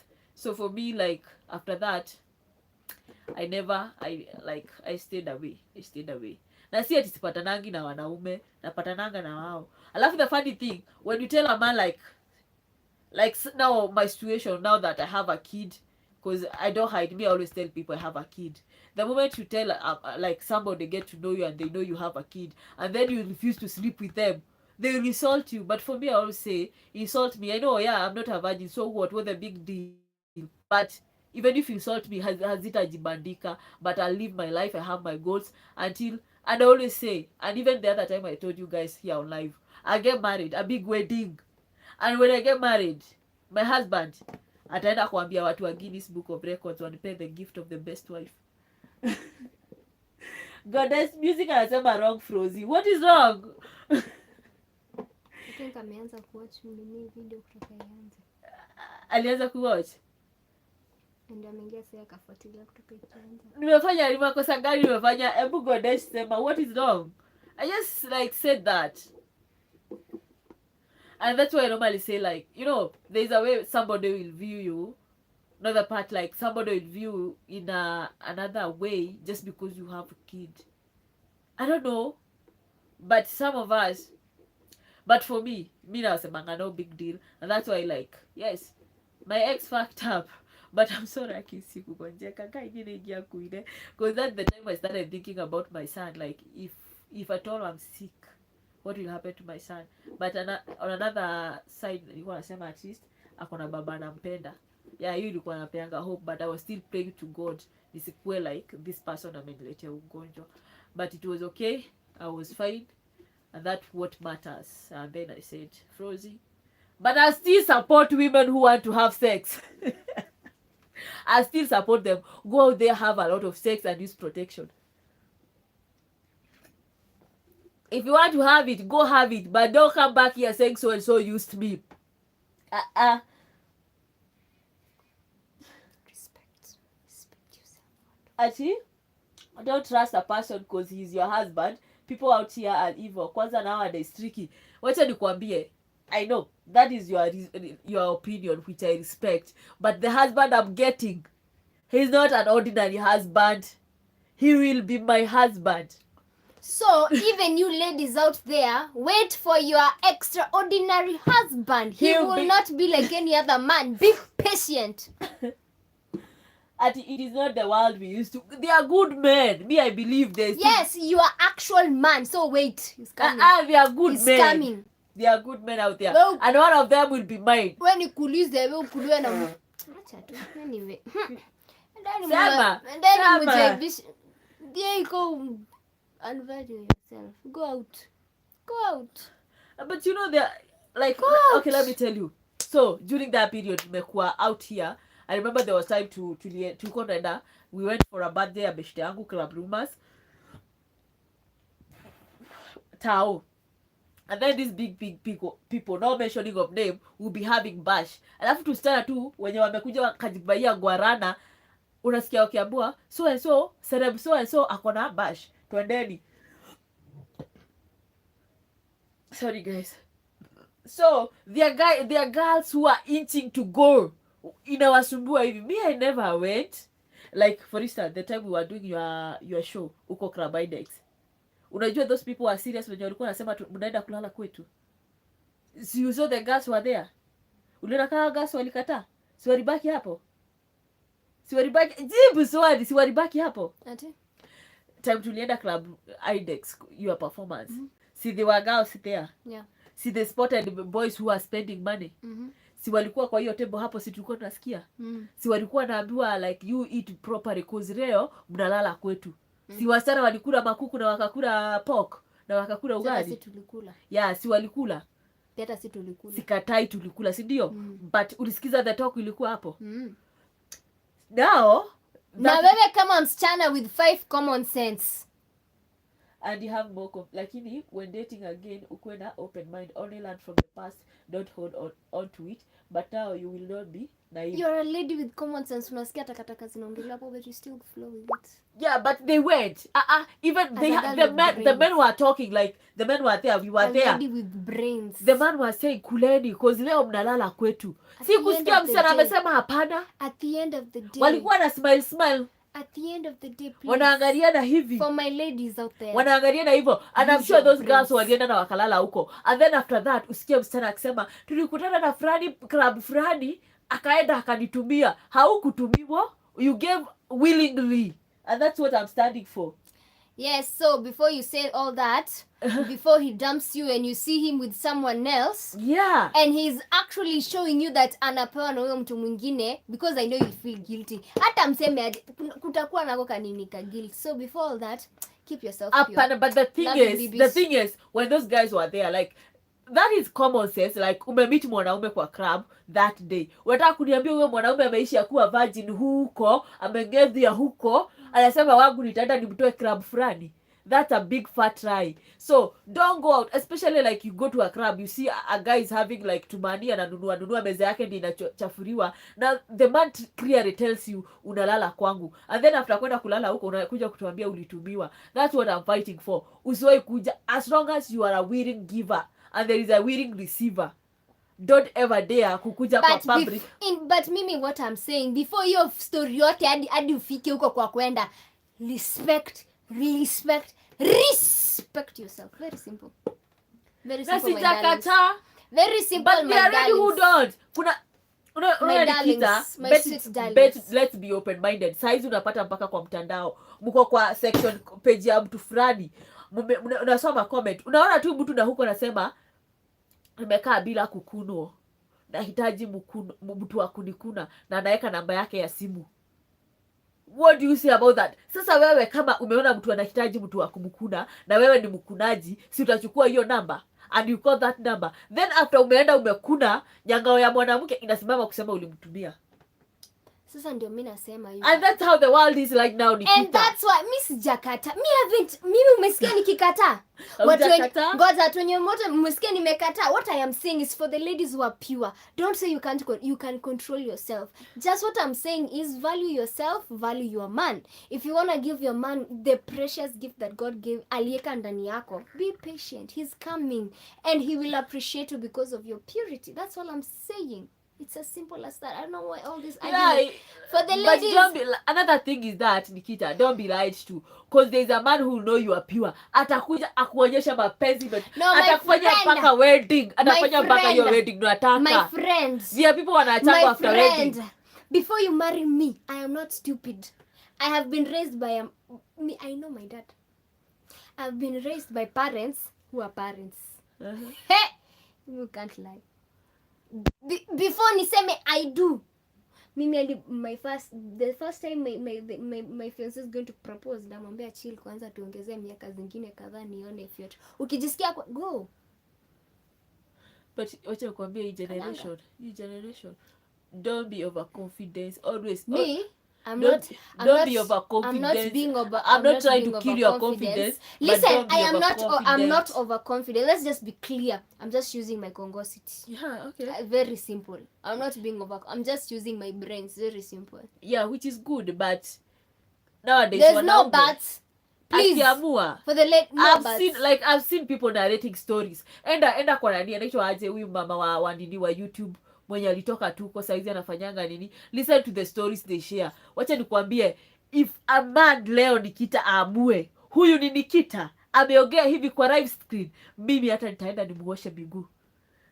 Sikusema atakuosha miguu literally. My friend. Ati unioshe mguu, ati unipeleke Dubai to prove you love me, utashtuka. Ati uninunulia ndege to prove you love me, utashtuka. Me there's one thing I know, it's ukinionyesha hiyo I'll know it's true love. I'm not gonna say it so that mimi materials, my friend. Why? Utashaga. So there's only one thing. Mimi sijasema ati umenunua ndege, mimi nimesema mwanaume. They are ready to decide. Mwanaume anaweza hata like there were times these stories were coming out. Mwanaume mpaka anaokoka, anaokoka kabisa for hata anaweza okoka for 3 years ama 4 years hadi for 10.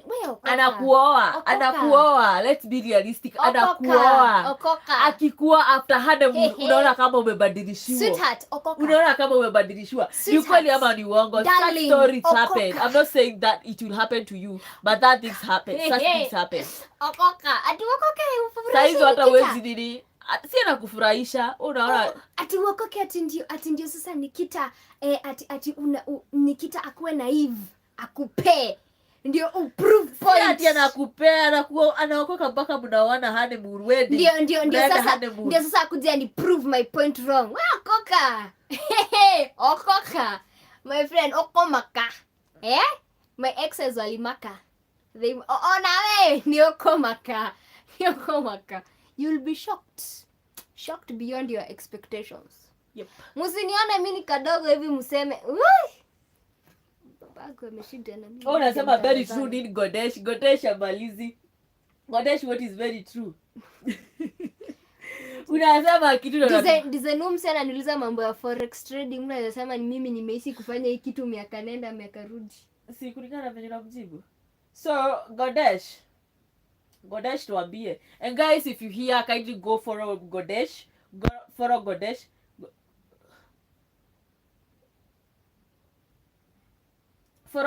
Go to YouTube, kindly subscribe kwa Godesh. Huyo nimepina hapo. Enda kwa YouTube yake, enda usubscribe kindly. Enda usubscribe kwa and like the live. Ukiingia like. Tunamaliza.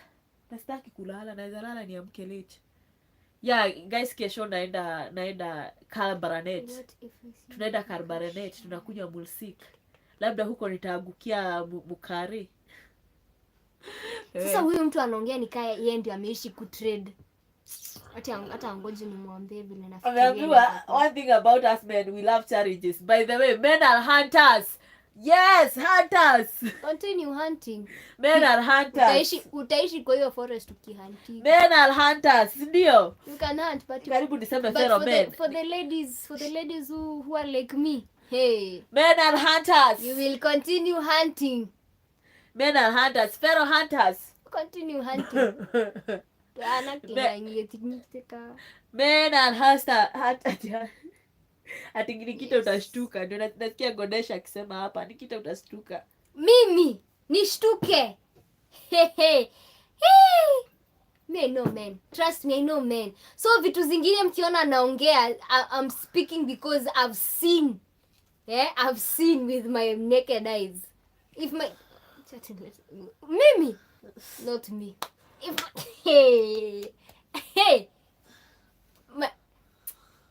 Vile naogopa naweza na hii kitu. That your dad? Oh yeah. What if I see another cash and I want to top up so that I can buy the market? That is what is happening. Tonight is by the way tumeifanya Kusadurwo Friday kuwe very personal. Mbona mmenifanya nikakuwa emotional? Mbona mkafanya nikuwe emotional? Nikawaambia maneno. Hii Kusadurwo Friday nilikuwa nataka wanaume mtupe experience ya Kusadurwo, mtuambie. Let's assume I start with 50, then later. My friend, mimi sijui trade forex, mimi natapia. Ati nasema atashtuka. Sawa, tunangojea hiyo mshtuko.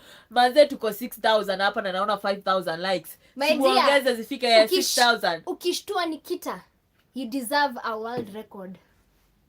Ukishtua Nikita, you deserve a world. Kitu naweza nishtua ni M-Pesa nione milioni hapa. Hiyo nayo ndakupea. But unless utafanya hivyo my friend. Na mbona leo sikuweka namba ya M-Pesa? At least nipate mtu wa kunibaia yogurt ya kesho nikienda. Maana kesho naenda nini? Tunaenda chama ya wazazi. Siku hizi haki nimekuwa mama mpaka naenda chama ya wazazi. Kesho tunaenda chama ya wazazi huko Karbanet. Ito Karbanet. Yeah. Wacha mforo Godesha kwa hapo hivyo. Wacha niweke M-Pesa namba hapo. Mnunue yogurt ya kesho. Na juice. Najua tarudi huku Nikita akaa ameniangalia. Umeleta nini? Umekuja na nini? But anyway guys. But I'll say this. This is what our high school teacher told us. Alikuwa anaitwa Madam Kigera. Madam Kegera, she was the best. By the way, that was the best teacher I had back in high school. From Form 1 to Form 4 English. Alikuwa anaitwa Madam Kegera. She told us sex is sweet, but wait for it. But tulikuwa tunaona huyu mwalimu anatukazia. True. Mkuu youth, nakwambia mkuu high school. Mnaona hao walimu akiwakazia. Si mnaona tulikuwa tunaona huyu madam anatukazia. Yeah. Anataka kujifanya aje hafanyangi. But do you know that lady later alifanya wedding? She did a wedding. Guy. She did a wedding. Mpaka like guys like but they literally, I forgot to tell you, hakuna kitu inafreshanga mzazi like giving her daughter wakiwa like 100% sure she's pure. Hata they kuna wanapata pride like they also mimi nataka like all my godmothers, like I have 3 godmothers. I want all my godmothers time watakuja kunitoa kwa nyumba with a white veil like this. Anastua. Wewe unastua, si ati utastuka. Yes, nashtua because like I'm speaking facts down. Nowadays are hunters also we. Yeah, wacha nikwambie nowadays tuacha kunini. Nowadays wacha nikwambie even a woman, wacha nikwambie if a woman wants you, wacha nikwambie if a woman wants you and she also look for the quality she want in a man, and then lazima angalia place yenye ako secured. Hey, hata mimi my future husband I have to look kama I'll be secured. And what is going on here? We're talking about women and men and sex and my future husband. I'm telling these people, okay, Josie is saying women nowadays are hunters also, and men are hunters. So I'm saying this, yes, it is true. I'm agreeing with that, because a woman also looks for the man she wants. Yeah, there is a man who'll come and you like, nah, this one no. But there's a man who'll come and you look at this and say, yeah, this one is qualified to be my future husband. Yeah, this is qualified. This one is qualified to be the father of my kids. Yeah, because you look at that and who I don't understand it. Who I'll do a future. I don't get it. Write it well. Ati Nikita is overconfident, lakini akiona milioni kwisha. Nikita, they think you're overconfident, but when you see a million, you are finished. My friend, I don't mean millions by pesa. Get me right. I don't mean millions by pesa. Like I said, my definition of love is very different. So hey, keep trying, but keep trying. But you're almost, but not close. But did you hear this story? Ati, who is your future husband? Oh, who will your future husband? I already know my future husband, so musi stress. Don't stress. Don't stress. I already know. Ati, DJ Karid in the building. Yeah, another one. Another banger. It's coming. And then when you get into this live, kindly like it, share it on your social medias. Let a lot of people come here. Let's discuss this. Yes, a woman will look at the man whom she wants to be the father of her kids. Even today I read this article and it was saying this: as a woman, before you give birth to a child, think again and look at the person you want to father your kid. What kind of a person is that person is? When you look at that guy, do you think he'll be that man who will connect with your kid, who will advise your kid, or he'll be the guy who will walk out of your life the moment you have that kid? So I'll say this.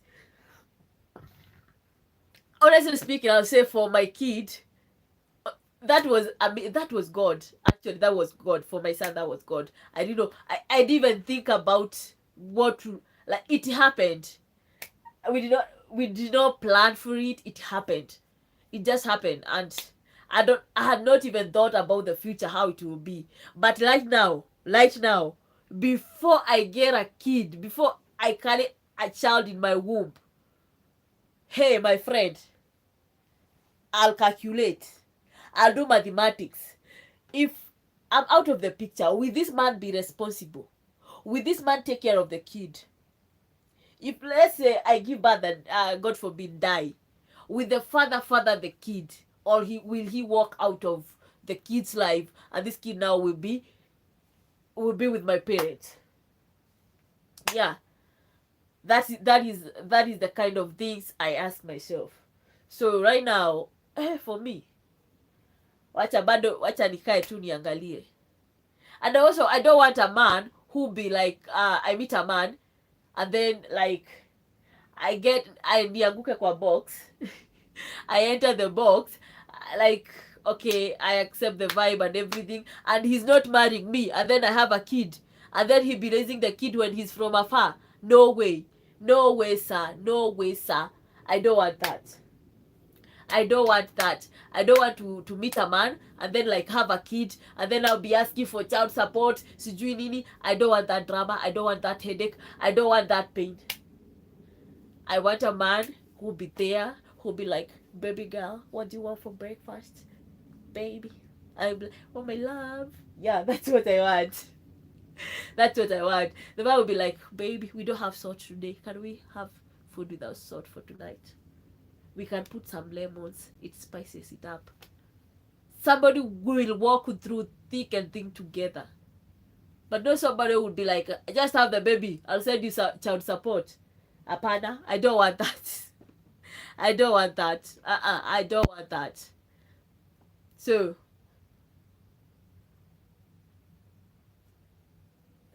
I'm not sure, but the right man will be my future husband. Who is your future husband? The right man will be the right man will be my future husband. Yeah. The right man will be my future husband. That's what I'll say. Any other question? And please, hey, nimeweka hiyo M-Pesa namba ama mmefanya niongee nikakosa kuweka?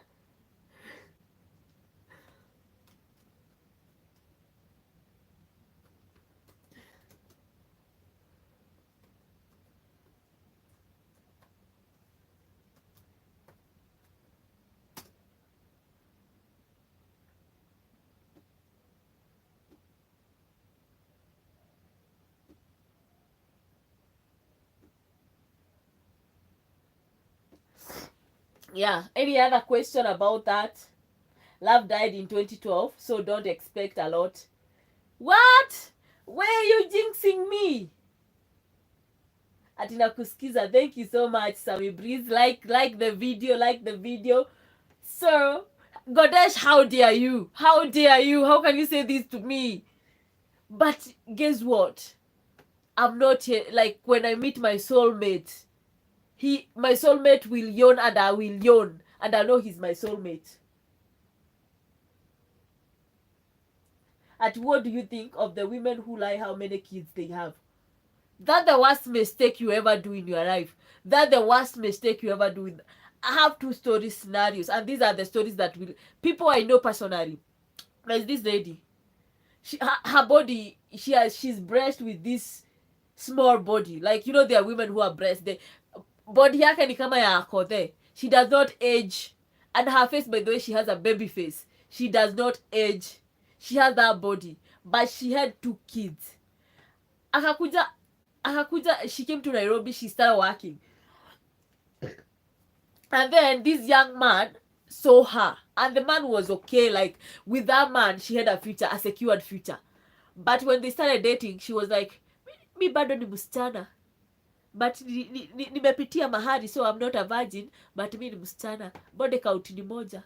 Ex ni break, nikasikia uchungu sana, sikuwahi rudi tena.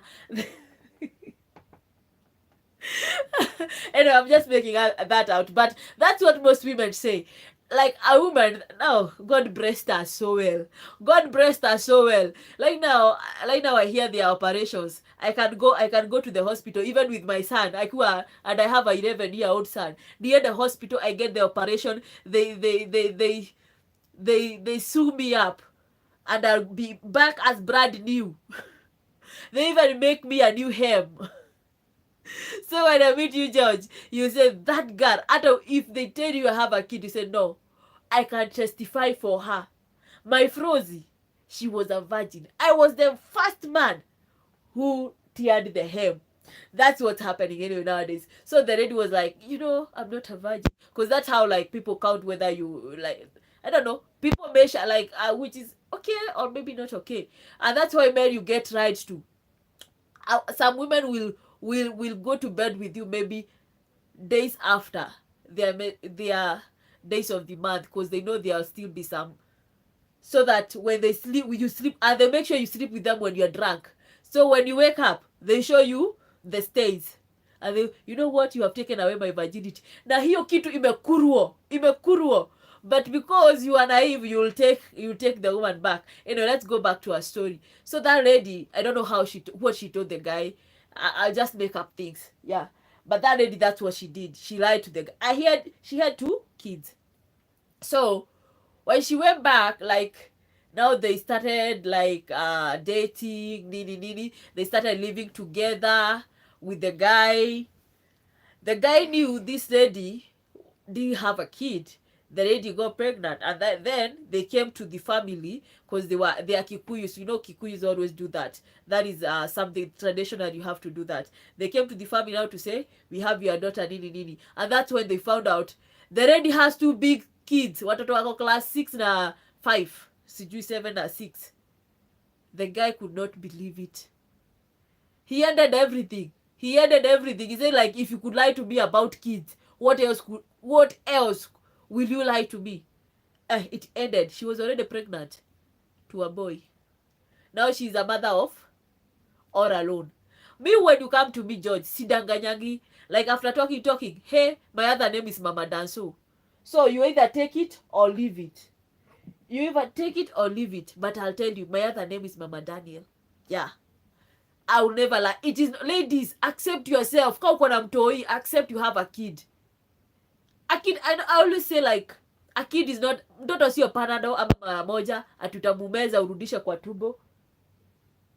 Yeah, a kid is not a medication you can swallow back to your stomach. It will never happen. So another one, actually this one lied even to me. We were friends like this. This is not stories za kuambiwa. We were friends like this. I would even tell her stuff about, like, she will share to me, she will share with me, I'll share with her. We were like this. She got this guy, wakaoana wakaishi vizuri, akapata mimba ya, hebu check here George, akapata mimba ya. Now they had to go home. Now even the friends to the husband was like, hey, it is bad to stay with someone else's daughter, and now you're having now the second born, and you don't even know her place. Just go to her parents, ask for blessings. If utataka, like, you know how men are, especially Kikuyus, if you have good friends, they'll be like, if you want us, like, to contribute few thousand here and there, then we take you to her place, we go see the family. So they went, and the ceremonies were happening. But when they were seated there was a young man. The young man was like, let's say 17 there, because he was in high school, I think Form 4.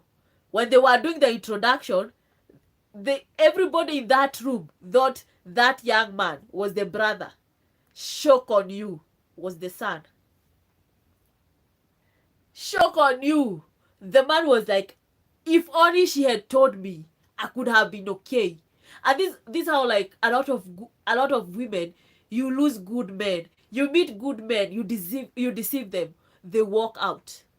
Even as a man, if you have a kid, tell the lady, yeah, I want you, but I have a kid. There are ladies out there who have shown that they'll never ever, even if they have kids, they never, like, get together with a man with kids. They have their reasons. You respect them.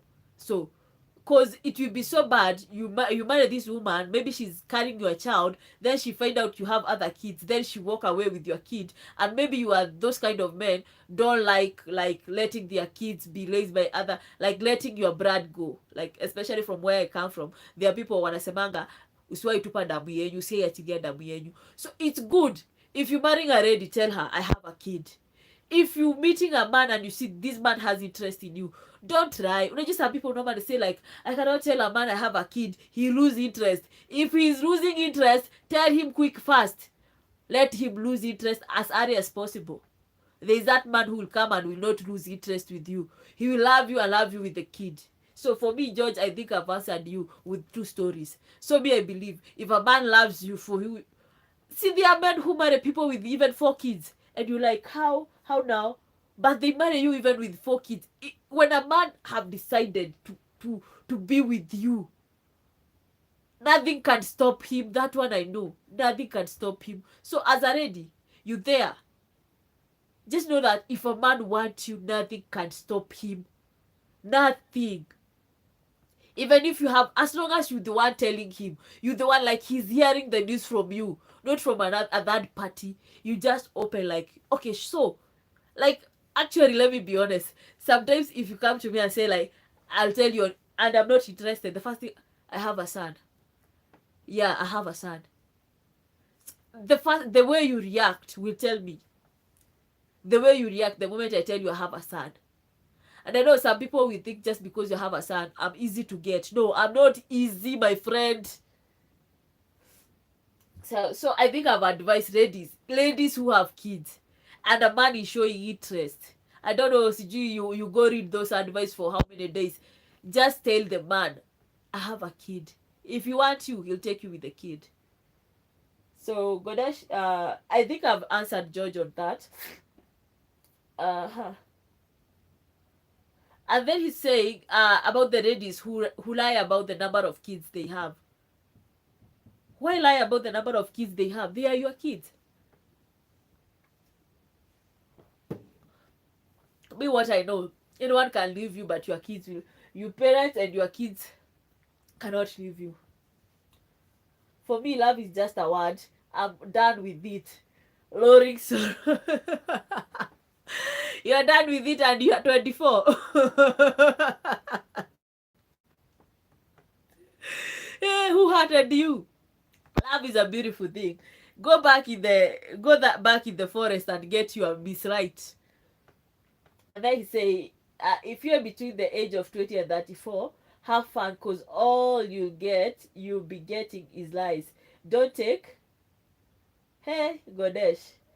don't take things serious, and don't believe that your spouse is telling and don't believe what your spouse is telling you. Don't believe everything they say. I have this uncle who is so respected by most. He's even a pastor, has a wife and 3 kids. One day I was heading to the strip club, and boom, uncle getting a lap dance and touching boobies. Hey, umesikia?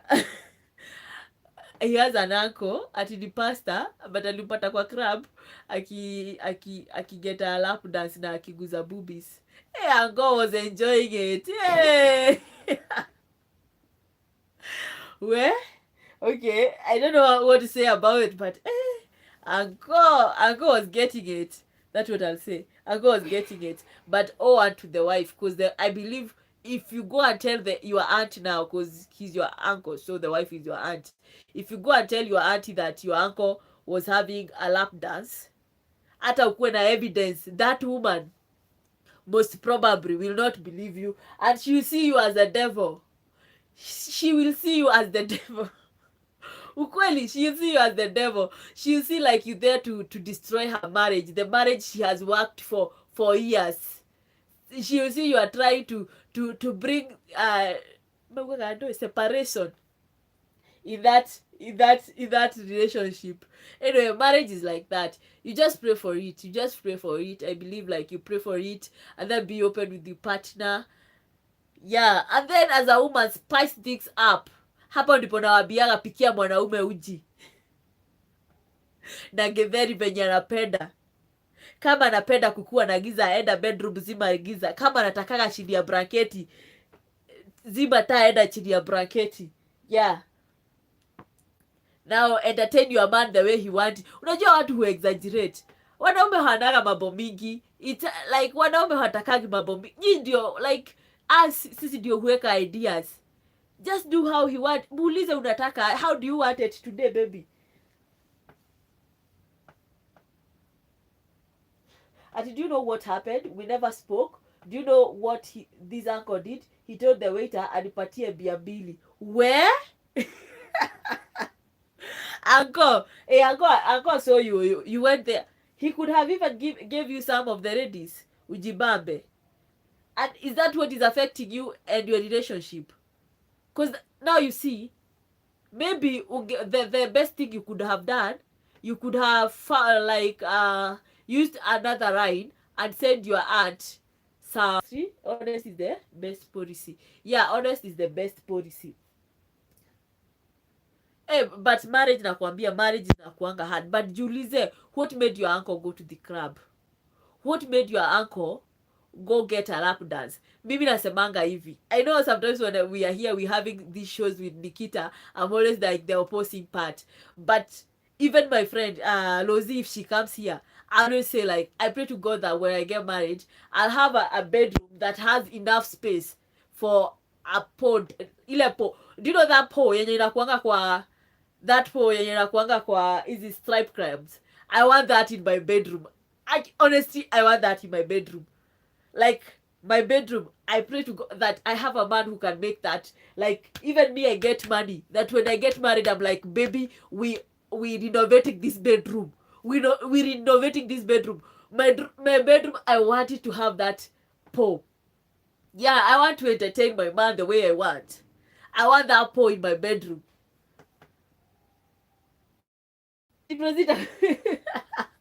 Unifunza nini? Mimi, you're teaching me nothing. You're teaching me nothing. Mima, if you are here and you want to be my future husband, make sure it's never enough. No, make sure we have that one. I have a thing for that. The day I have a thing for that. Me, like, I want to do that. Nataka tukifight, like me and my husband, we have a fight. We have a fight. I put the music. I put on a lingerie. I go there. Before we sleep, anaona tu ni mjinga tu. Anafurahia, anajibamba. And another thing I would like to do is that my wardrobe, it will have clothes za pray time, za nurse, za student, za teacher, za mechanic. Lakini ya mechanic niko na design kwa kichwa venye itashonwa. Ya mechanic, any other, ya nini, flight attendant, na ya pilot. So you never know how I'll open that door. You never know. You never, like, the day I feel now, today is the day. Like, now today is Friday, I know, like, he won't be going, maybe my husband will be those people who go to the office from Monday to Friday. So I know tomorrow he won't be going to the office. So today we can pray. Like, pray kucheza. So that day I'm like, I'll be ready for him. So he come knocking the door. I'll open that door, dressed like a waitress. And that's how it will be, dressed like a waitress. And then I help him out, nini. I'll serve him. And I'm like, the loose don't touch. So I'll serve him. And then we have fun. Like, I pray to God, like, at that time, I'll be in a position to get a wardrobe with the section of that kind of clothes. Yeah. And that's how it will be. So for a woman too, for your man not to go and get lap dance, spice up your marriage. And also, it's good to talk about stuff, how you man love the stuff. Because maybe I'm into those crazy stuff, na yeye hapendi. Anapenda mtu amevaa kamisi. Maybe he has a thing for petticoats. Unaolewa na mse unapata amekubaia kamisi mingi. And not the normal petticoats zenye ni za hapa kwa kiuno, kama za winja. Hapana, akubaie zile za winja za shosho.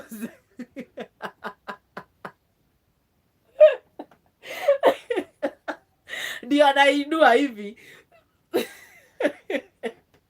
People have weird taste. Let's be honest. People have weird taste. Like, my taste are not your taste. Like, you be thinking like, I think like me and Flozie, we can vibe. And aka yule dem, and as I like to like, you know, there are those people who they have whips, they gag you, they choke you. By the way, me, don't try to choke me. You know, there's those people who have like, the way they want to enjoy it.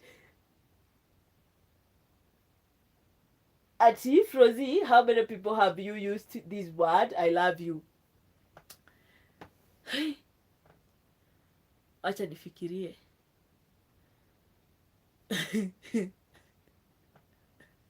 I love you. Hiyo sijibu nayo. But I rarely tell somebody I love you. I rarely, it's hard. I rarely. Me, I always say it. I rarely, like, me, I grew with that ila. Acha niseme ila. I grew up with that era, vitu zingine. So I rarely say I love you. I rarely. And honestly speaking, if I say I love you, I really mean it.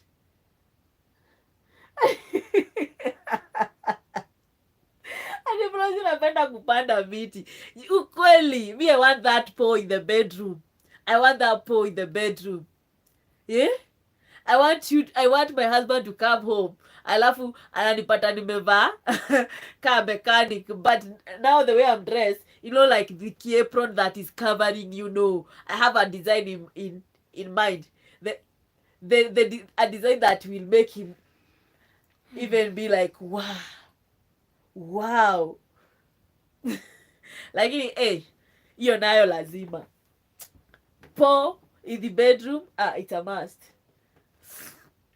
Ama napata tu nimevaa kaa dress, amwambia Mr. So and so, I got a feeling that you sick and I'm here to give you medications. Yes, baby. Why don't you use these words? I don't know, but nowadays, like, people use it, but for me actually, you know, like, even the way people meet and hug, I grew up like when growing up. Now these are the things that I know some of you maybe you not, like, you are raising kids. Let me use my own experience to tell you. There are things you say to a kid.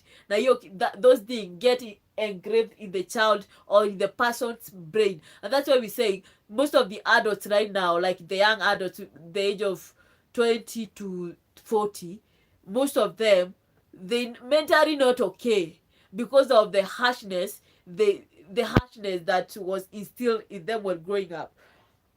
So for me, hugging, I remember this time, I think now that's a way they were trying to talk to us, like sex talk, but the way they delivered it was very bad. I give them a 0-1.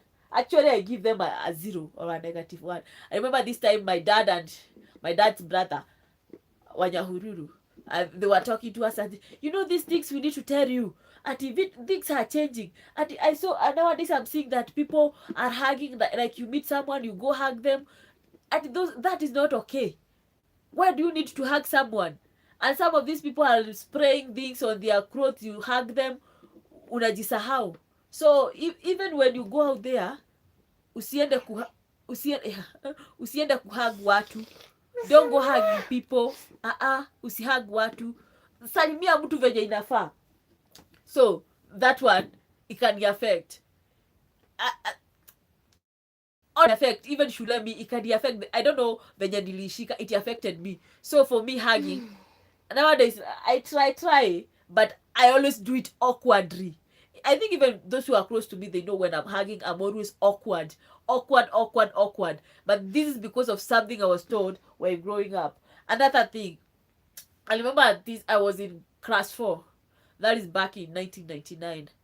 So one of our dad brothers, they got a kid, and then after a month, that kid died. So I was not home at that time when the kid was born, so I never got to see the kid. So when I came home was during the time of the wake, and the wake was like 2 days. The third day the kid was buried. So I did not get to see that kid until the day of the burial. So, you know, emotions, like, this is a blood side thing. Unaendanga hata mazishi yenye si ya mtu wenyu, unalia.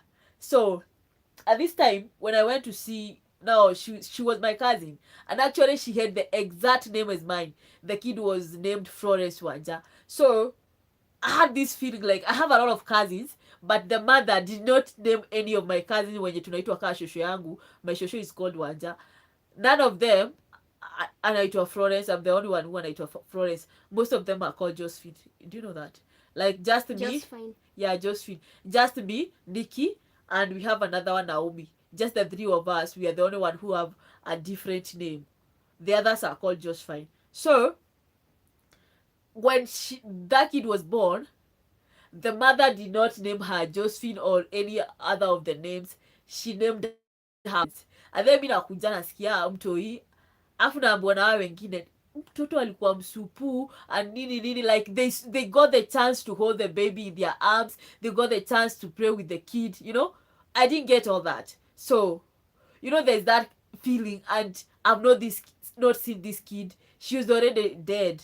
She's my cousin. And then during the period mama, like mamangu mdogo alikuwa pregnant, we used to be like this, we used to be this close. I used to stay in her house. Actually, I used to sleep in her house. So I used, like, there was that closeness during that pregnancy period. And now when the kid died, like when she gave birth, I was not home. So I came home, the kid is dead, and I'm hearing stories. So the day of the burial, I was called. One of the church members, wenye walikuwa nakanga home, walijua like sikuona huyu mtoi. Before the coffin was sealed, because hakukuwa na body viewing, nikaitwa nimuone.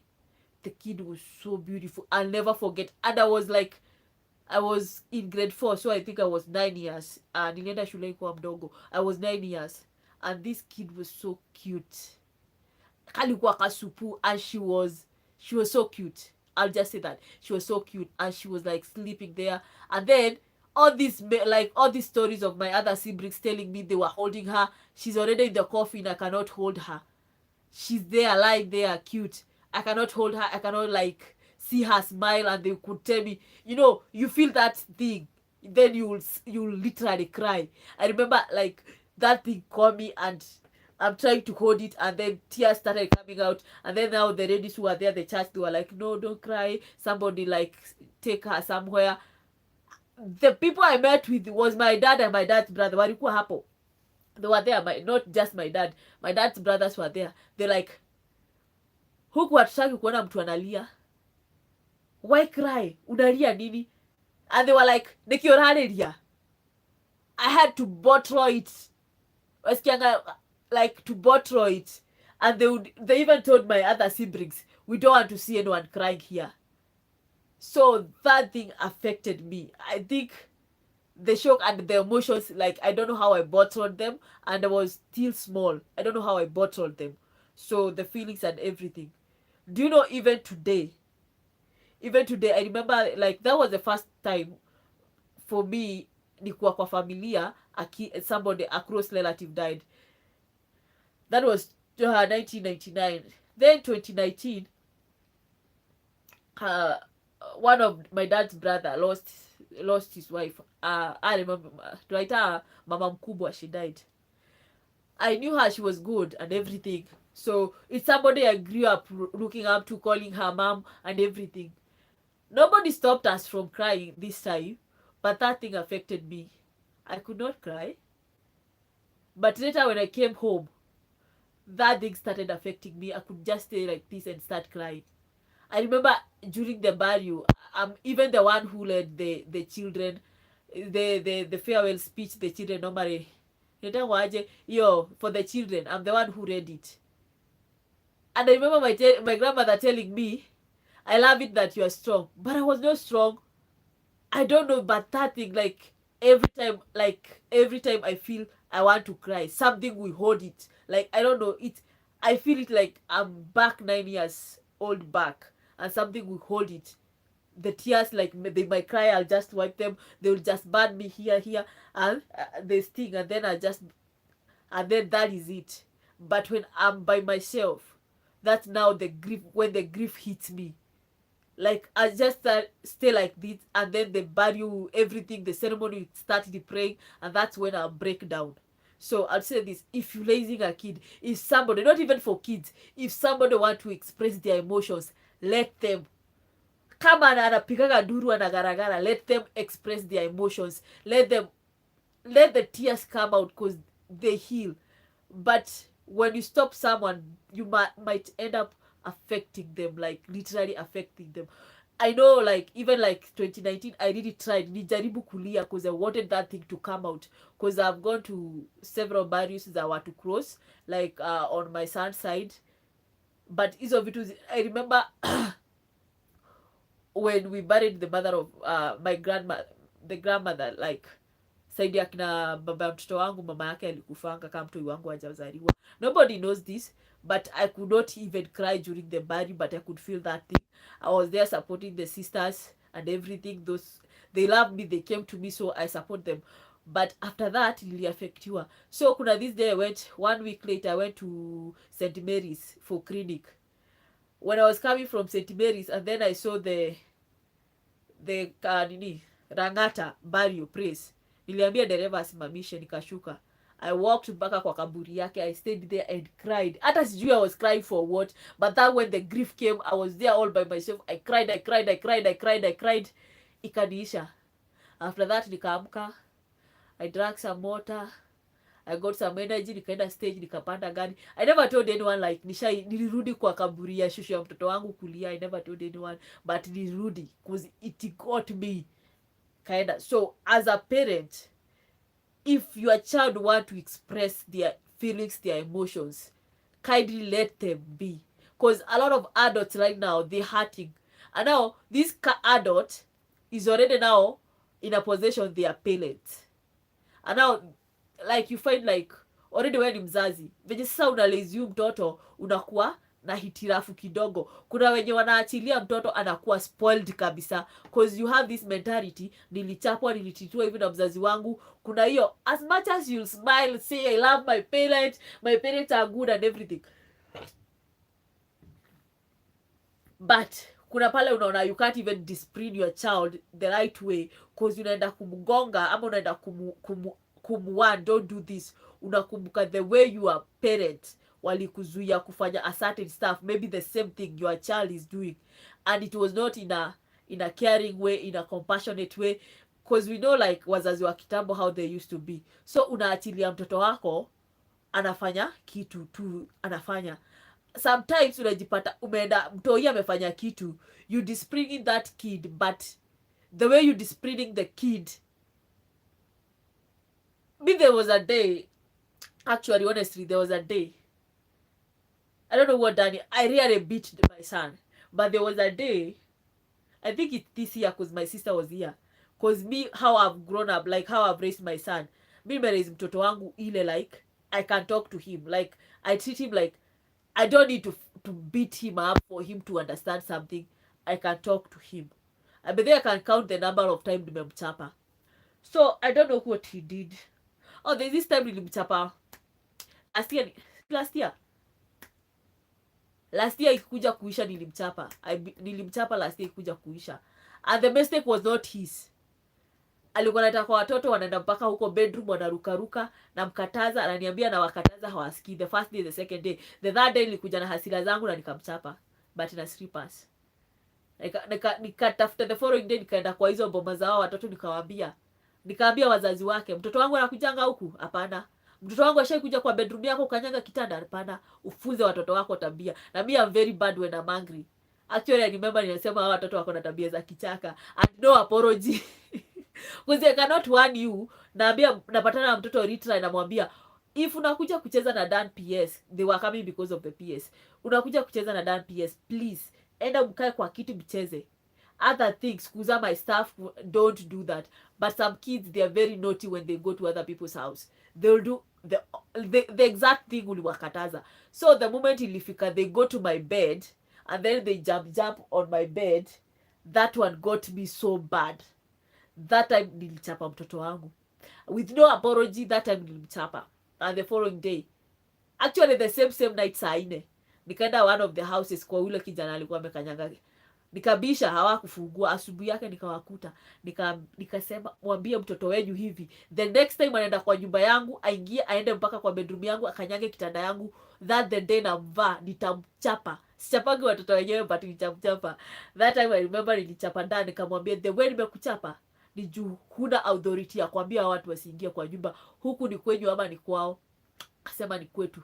Then juu ni kwenyu, huku na mtu mwingine who is the man of the house, now be the man of the house. Wasikuwa wanakuja kuchezea huku. And that ended like that.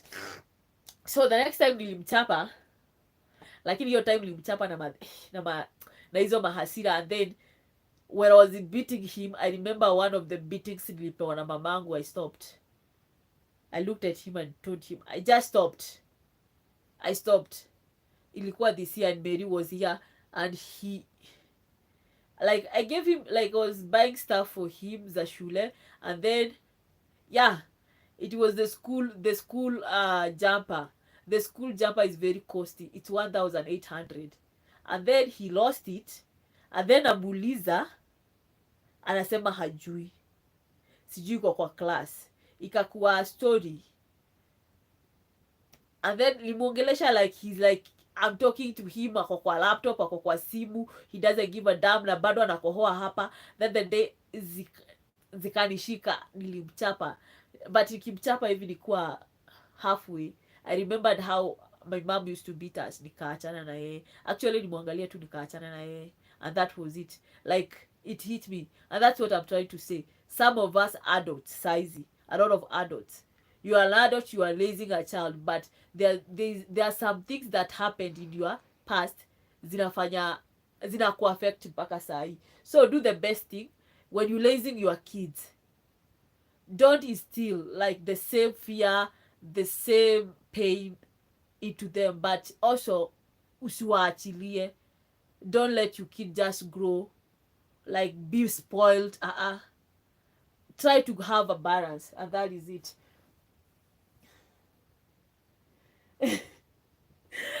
Somebody here is saying, me tukikutana you are hugging me. It's Godesh. Ati mi tukipatana you are hugging me. Sisalimiangi wasichana. Mi si msichana, mi ni mama. Okay, if usalimiangi wasichana, by then nitakuwa mama. I'll be there and I'll be like, mi ni mama. If you say usalimiangi wasichana, nitasema mi ni mama. And that is it. That's how we'll end it. Una hugging wa mama, Godesh? Do you hug wa mama? So that is it, guys.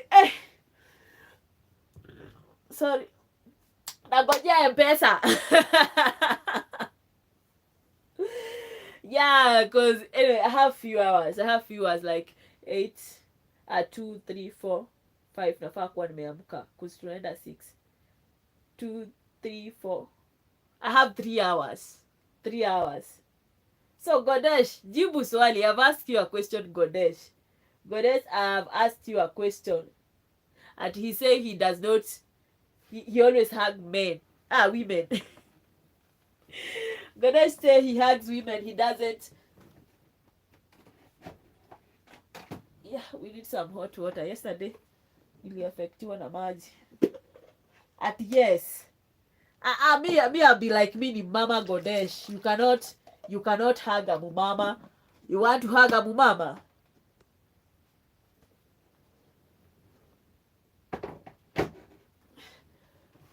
But anywho, that is it, guys.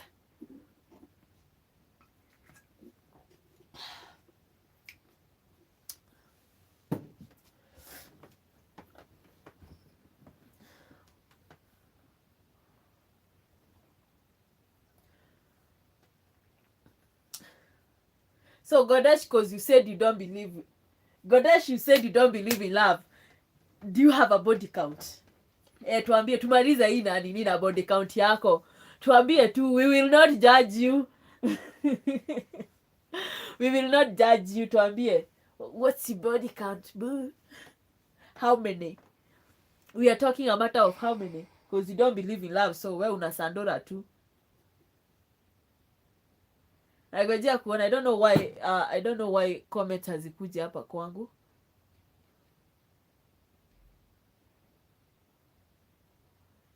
Yeah, I can see them now. So Godesh, we waiting for you. I'm waiting. Usicheke, najua unacheka penye huko. I'm waiting for that reply. Utuambie, be honest. Lakini wanaume mnaanzanga kitambo. Some men wanaanza kitambo. But some men, I don't even think they know when they lost their virginity. But they do. By the way, because we always talk about women virginity. Does men virginity count? Tuambie, does men virginity count? Am I a man? Nikuulize, would you like to be married to a man who have like amesandurana kusandurana, or do you want a virgin man? I don't know. Maybe bora I would be pure. Ndakuwa nimehigia kile kamera. Why? What about the man? Sio ni yeye kana anataka kujiwekea dignity yake. That's up to him. So you won't mind if like after you get married, a lot of women come saying they have kids for him, they I like. can't marry, of course, a man with kids. You won't know. I will know. You won't know. I will. Now that's a big fat lie. You won't know. I will know. How? I will know. How will you know that a man have a kid? I will know. How? Tell us how you will know. I will simply know. How will you know? I will know. You cannot. I will know. Let me tell you a scenario. Listen. Facts down. Toche kugombana. I already know the person I'm going to get married to. So simple and clear. How do you know like he doesn't have a kid? He doesn't. You already know he's the one who's going to marry you. 100% sure. Yeah. But never say that you know that a man at a man has a kid or I not. Will. No, you cannot. Will. Just pray to God that you meet a man who is pure. I've already met a man. Mimi kuto. Please, I just said simple na nikamaliza hii discussion and I went talking to my man. I said, women, respect yourself. Men, also please respect yourself. Respect your lady. Simple. But unajua what is the sijui na sitaki no. What is hey, now? I don't want to know. See, already you have exes. See, I do have exes. So during that time when you met them, you thought they will be they will marry you. No, I did not think they will marry me. I was still young. I knew it was naive. I just wanted to have fun. I don't talk about my sexual life. I hear my friends talking about their body count. Na see what? Maliza. So me, to be honest, I've never been like I'm going to marry. Ati na sichangiangi. Oh, you changiangi. But then that thing is demeaning. If you like. Fact is, to all my exes, Mimi, I'm always honest when we're dating. Mimi nakwambianga, I'm not dating because I want to be dating. I'm dating because ninataka the label like someone can ask me and say like I have a boyfriend. Like ili nitoe akili yangu hapo. Juu mimi shida yangu ni if I'm single I'll feel lonely and I'll start this guy will come to my DM, hey Nikita, I love you, I think you're pretty and all that to nini yo story yote. Just find a guy, stay with him. You say you're my boyfriend, I say unasema you're my boyfriend na mimi nasema I'm your girlfriend. Simple. I just need the title. To all my exes, I'm sorry, but I was just dating for the title. For the title, I'm sorry. For the title of boyfriend and girlfriend. Yes, because plus I didn't want to feel lonely. The fact that I would see my friends with their boyfriends, it used to ilikuwa nafanya nasikia vibaya. So just find a guy ambaye we dating. But I was choosy. Kuna time unakuanga single mpaka I'm really picky. And then there's this issue.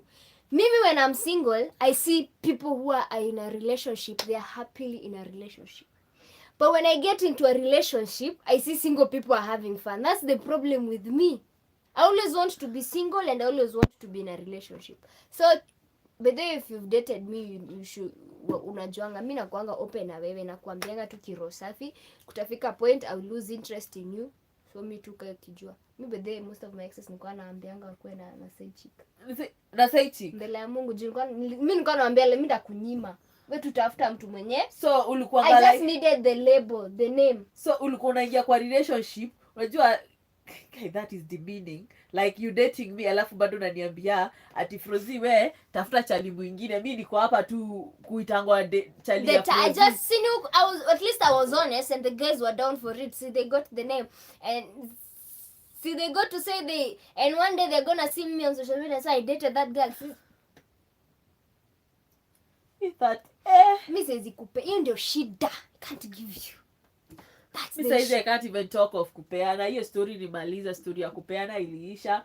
Saizi I'm seriously saizi I'm in a relationship and I am happy and I'm not ready to start another one. Sina energy. If this does not work, then me I don't have the energy. I'll just chase the bugs, concentrate on me and be that Riri. Nikuwe Riri. Yeah?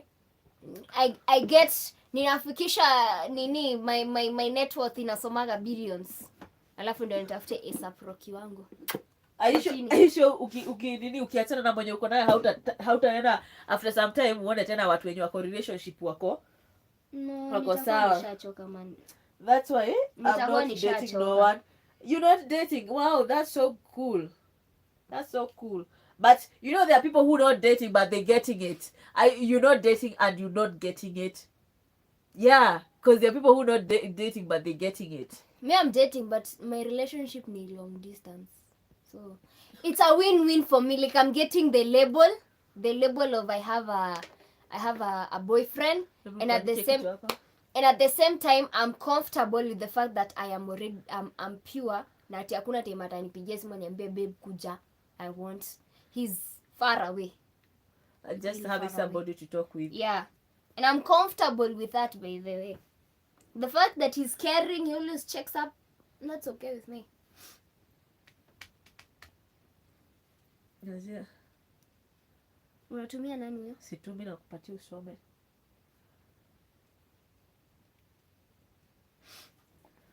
So that is it, guys. Hey, Kusadurwo Friday imekuja ikachange.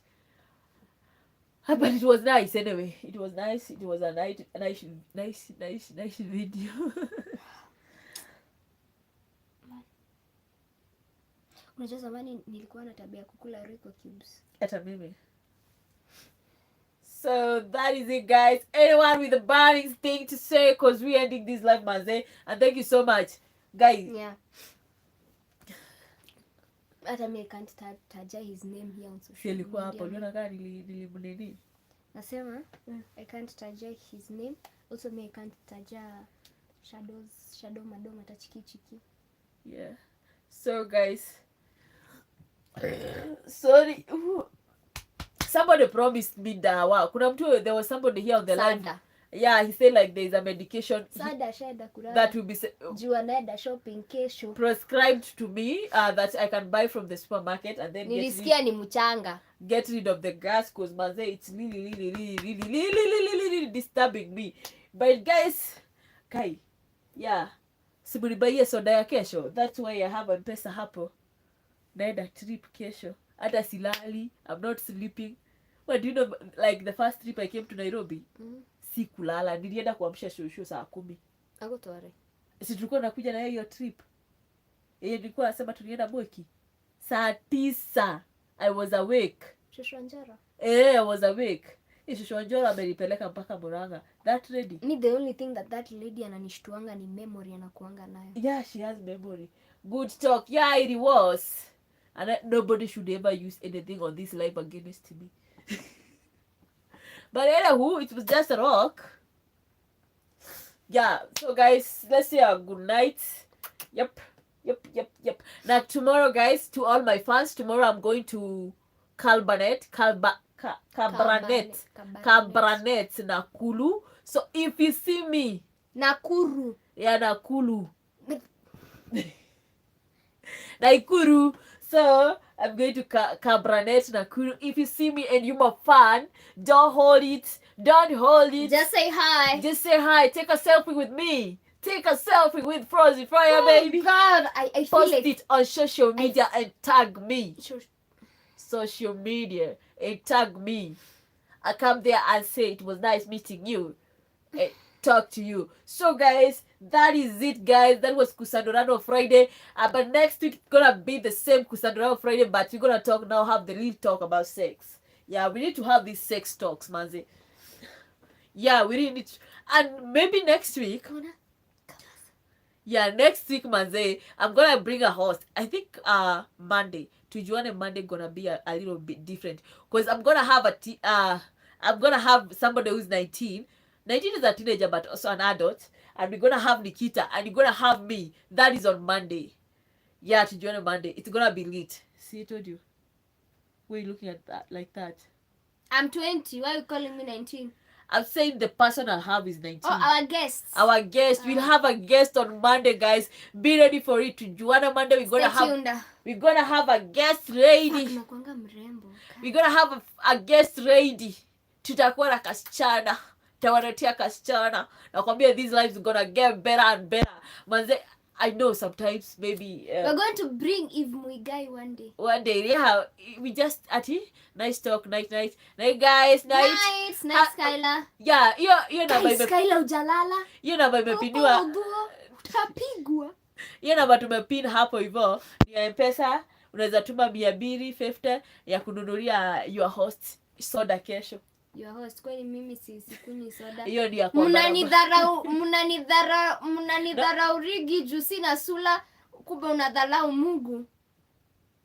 Niliona yako TikTok.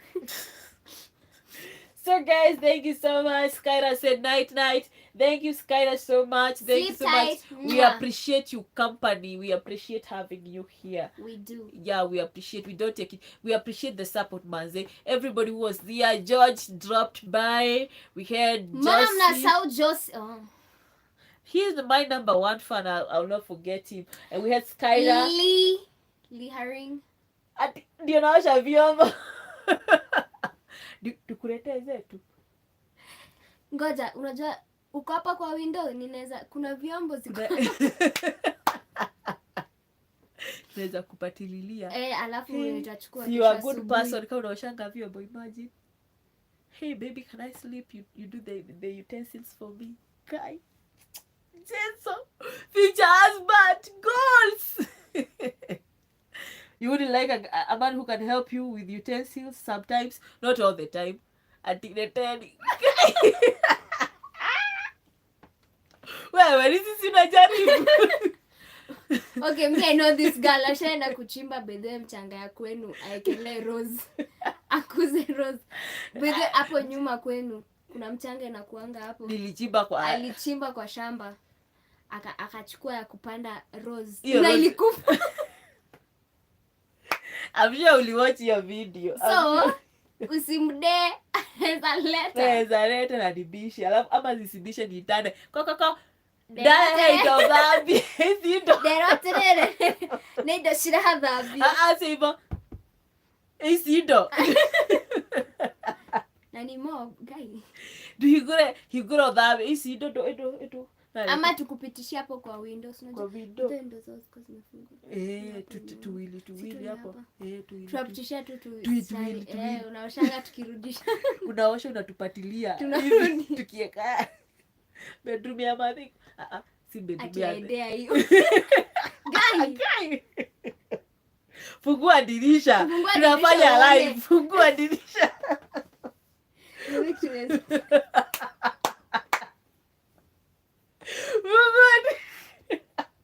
Is the window open? Waneka tuleti. Because I they find alive. Yeah. Guys, he's daring us to take utensils to their home so that he can wash. Should we or should we not? Somebody comment down there. Actually, this will be the most daring thing. Yeah. Hapa ndo unaendanga kwa show unaulizwa aje, what is the most daring thing you've ever done? I took utensil to one of my fan at 8:05 a.m. At night. And through the wind. Like, what's the most daring somebody like one of my fans dared me to take utensils? What is the most embarrassing thing has ever happened to you? My sister embarrassed me that nimekuja kwa kitanda nisienda kwa TikTok live ya TikTok.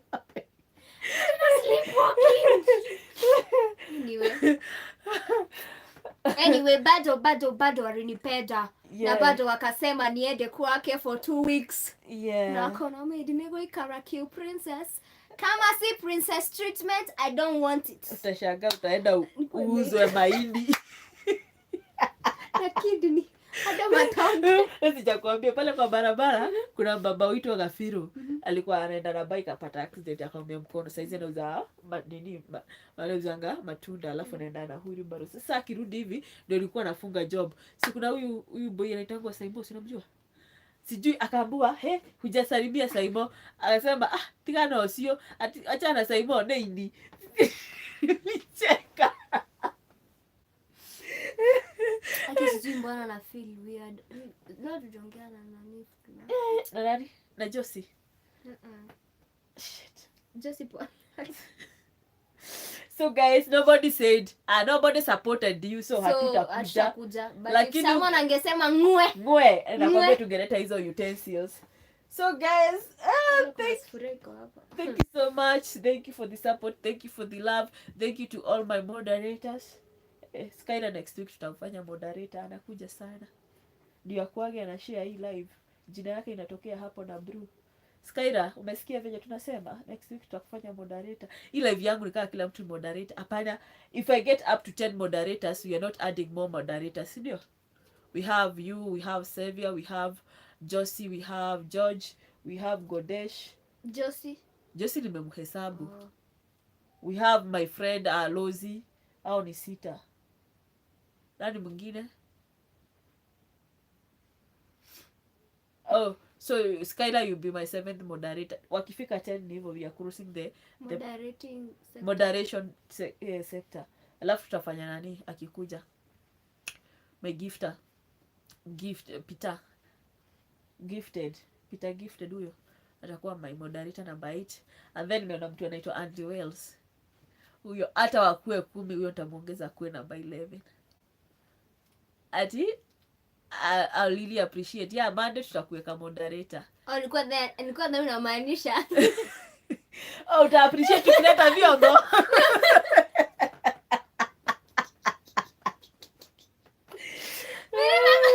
Mimi nadhani namaanisha I'll appreciate tukileta vyombo. So hata mimi ninge really appreciate. Anyway guys, thank you so much. That was Kusadurwo Friday. But mazi kwanzia Monday itabidi hii weekend, for the weekend we do research on the topics we'll be discussing, so that tusikujane sometimes tuna float. Umenotice sometimes tuna floating. Kufloat aje? Kufloat kwa lives. You notice? Me notice, I'm taking notes. Anyway, we said this is a growing channel. Yeah. Hey, and mazi, let me tell you something I realized today, guys. So ati your fans wamekataa to second you. Yeah, wamekataa, wameona you are a man, I'm treating you bad nikikuletea vyombo. Na ni watatu wako hapo, wewe na hawa wengine wawili hawaongei, those two ama they not understanding in Swahili. So I was saying, for those who are not understanding Swahili, this guy called Skylar has asked us to take our utensils, our dirty utensils, to him and help. This can be a very big muscle. Yeah. Big muscle girl. Yes. Nenda gym. Big muscles girl. Nenda gym, mimi uchapa gym. Mbona hamuoni hizi zangu? Yes, big muscles. Kwanza Josie squeezy. Josie hata hujaona leo nimetengeneza nywele. Josie siendagi gym, ni vile nachezaga basketball. Huoni ako kwa nywele venye kako smart. Paka nimeshinda hivi live mtu aseme your hair is so good. Wapi? Nimeshinda hivi nikifanya live. Niko nacheka hivi. But then Josie, do you play basketball 1-on-1? Okay. So guys, that is it. Thank you Josie, thank you everybody. Mimi natoka hii live, wacha ifike na 40 natoka. Yeah. Nilikuwa nagojea Josie, tomorrow I'm traveling. Tunaenda, so nilikuwa nagojea. Josie, please. Nilikuwa nagojea yogurt. Nilikuwa nagojea yogurt ya kesho hapo. Nilikuwa ndio maana nilipin hapo hivyo yogurt ya kesho nikienda.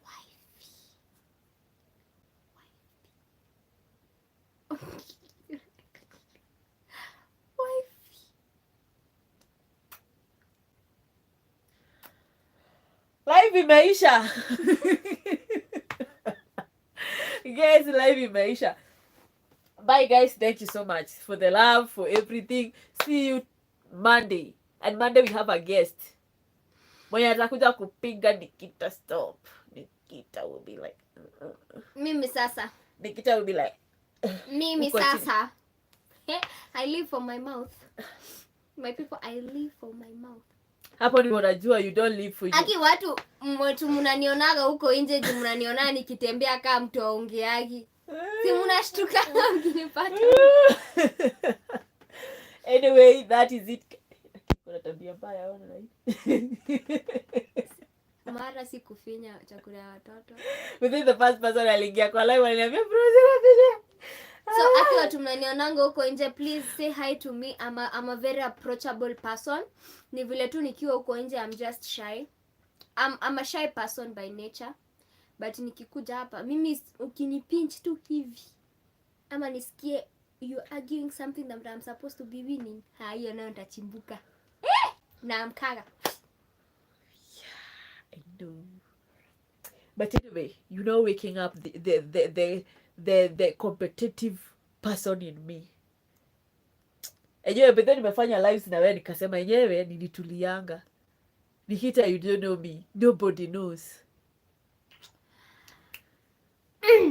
I'm trying to look for somewhere where I cared, but I can't find. But anyway, good night. And we said like you're supposed to care. I was not looking for so any much, you guys. sympathy. Thank you for actually joining this live for today. Make sure you hit I'm that trying like button, to think subscribe. of when I asked for Hit that- sympathy or to be cared for. Hit that bell to get the I notifications. saw nilishtuka kukupata live, lakini hapa kwa approaching ni ngumu. By the way, kale alimwambia haya, huyu ndiye anaitangwa Trevor. Alikuwa pia wewe guy, wacha nikwambie, hata mimi, let me be honest now. Hadi leo kali mtu anaweza ongeleshwa literally. Mimi hata nilishtuka. Ametulia, amenyamaza. Wacha sijakupata hapa kwa live. Wacha nikwambie, ile day tulipata nawe pale kwa gate ukaniambia mama so hizo t-shirt zikitoka nitanunua moja. I'm like the hell, huyu anajua niko na t-shirt. Like I never knew you can be guy, you can be watching these lives. Stop touching my thighs. Easy knees. These are thighs. Thick ones. Imagine, I never thought guy. Anyway, God, I didn't know like, by the way. But that your Trevor ukaangi mtu approach boy. Unakuanga ule mtu huu. Unakaa nika you're shy. You're also shy by the way. But mtu akikupata hapa kwa live guy. Yeah. Mimi hata nilishtuka. Ana shida atakuongelesha aje. Kwanza ile time uliniambia ati huyu ndio Skyla, mimi nilishtuka. Be like all my life. Anakuanga metulia. Like see I grew up like nimemjua kutoka 2015. Nilikuwa naongoja sema I grew up with him ningeisha. No, like where si kutoka 2015 it's like yeah, I'm very shy. It's like forever. Noted. Si kutoka 2015 inakaa forever. Si tumejuana like forever. Kuna time nilikuwa nakupeaga Bible.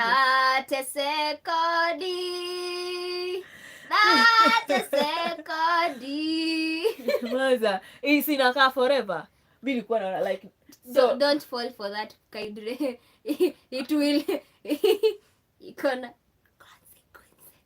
consequences gani? Kwanza kuna siku nakosaga boga nasikia kwenda tu hapo nyuma nichune. Naona kaa huku ni kwetu. Siku na juzi nimekwambia aje. Atika ningopanda kitu. Ati kuna hapana, hakuna consequences acha. Kukupea bairo ulikuwa unakuja kuniomba bairo hapa. Mama Danso nisaidie bairo. Akienda shule. Labda wanaandika hizi karatasi. Kuna karatasi walikuwa wanapeananga anasoma mita hapa. Mama Danso nisaidie bairo. Namsaidia bairo. Kwani nadanganya? Mimi sidanganyagi. Simniambia alikuwa anakuja visiting zako za shule nianguke ningekuja. Ningekuja. Hata bedhe venye nikujanga huku. Nilikuwa naogopanga madhe. Hata nilikaa leta ndio nilikuwa namwambia. Nilikuwa nadhanianga ni daktari. Kwa hizo siku, I think hizo siku zenye madhe alikuwa anakudrop shule. So most of the time tuko napatana naye kwa gate na mimi nikipeleka dana hapa kwa barabara. Nani alikuwa anadrop wangu shule? Skyra. Hey! Sawa boss baby. So those mornings. Sisi nakwambia tulichapa barabara. So hizo mornings. So tunapatana naye akiingia. So me I used to think anakuanga night doctor like nurse wenye huenda shift za usiku. Like nadhani anakuwa daktari. Mpaka nilimwambianga hivyo alicheka. Na mwenye ndiko hizi ndio daktari. Atendifitare weka atia. Tuko daktari. Alicheka akaniuliza ondra ngoni juu kwa yemo daktari. Akwendurwo ne gaide murie dawa iria. So like mtu mwingine hata siku anajua ni mshosho. Ni sister yake unaweza tania haongeangi na watu, but she's so good. She gave me that diary, that red diary. Alipea hii mwaka. And she gave me that calendar. And she's so good. Ati mimi na Vumbi, it was a no-go zone.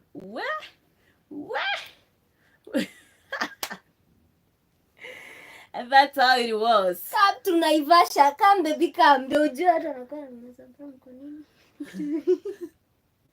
Ni vumbi. Unajua vumbi kikuja.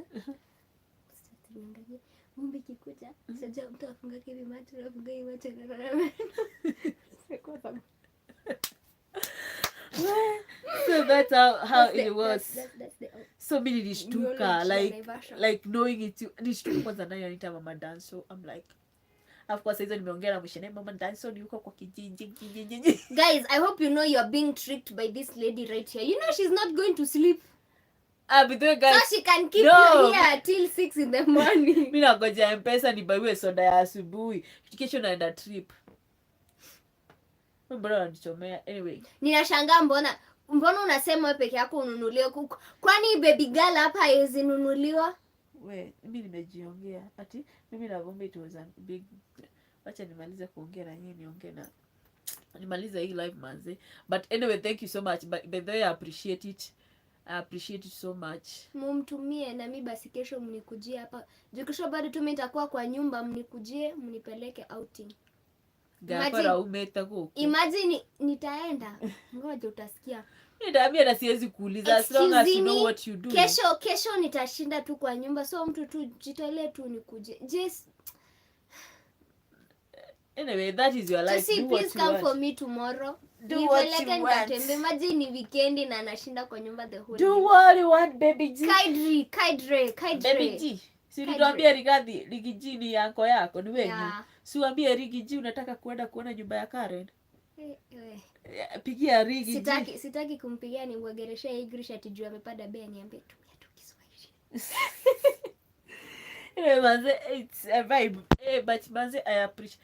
By the way, kitu ni notice. Leo nikisave namba yako, ni realize ulitumianga message ya corona 2020. Kumbe nilikuanga na beshte tu hapa na sijuangi. Wala ndakuonyesha chat. Kala kumbe ulikuanga umecrash. Hajani crash. I know he sees me as a big sister. Si ni kweli? Yep. I pray baby girl good night. Watu walale. Thank you. You play basketball. Kai. And then they're asking why me and you we are vibing. Tell them. Mimi nachezaga banya. Si utakuja tucheze banya na Jose. Now we do the dope stuff. So guys, thank you so much. But I know he sees me as a big sister.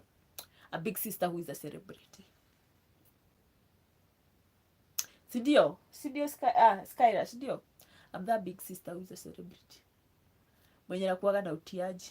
Kwanza kuna siku tumeshoot video. Yenye nilikuwa na mwaga maji hivi na mwaga mate. Ati nimeona celeb na mwaga mate. Nikashtukia umenichungulia hapa kwa dirisha. Nilikuwa na baadaye. Nikazile huyu anaona venye nakuwa na ujinga. Walai. Nimemaliza kumwaga mate niko weti hivi. Kuangalia hivi napata mtu alikuwa pale kwa dirisha. Bye guys, good night. I love you. Thank you for staying with us. Thank you. We don't take it for granted. Until tomorrow. Josie, please come for me tomorrow. Me, I can't stay in the house. Well, good night guys. Love you. Bye. Na walobo moto. Mchuayo.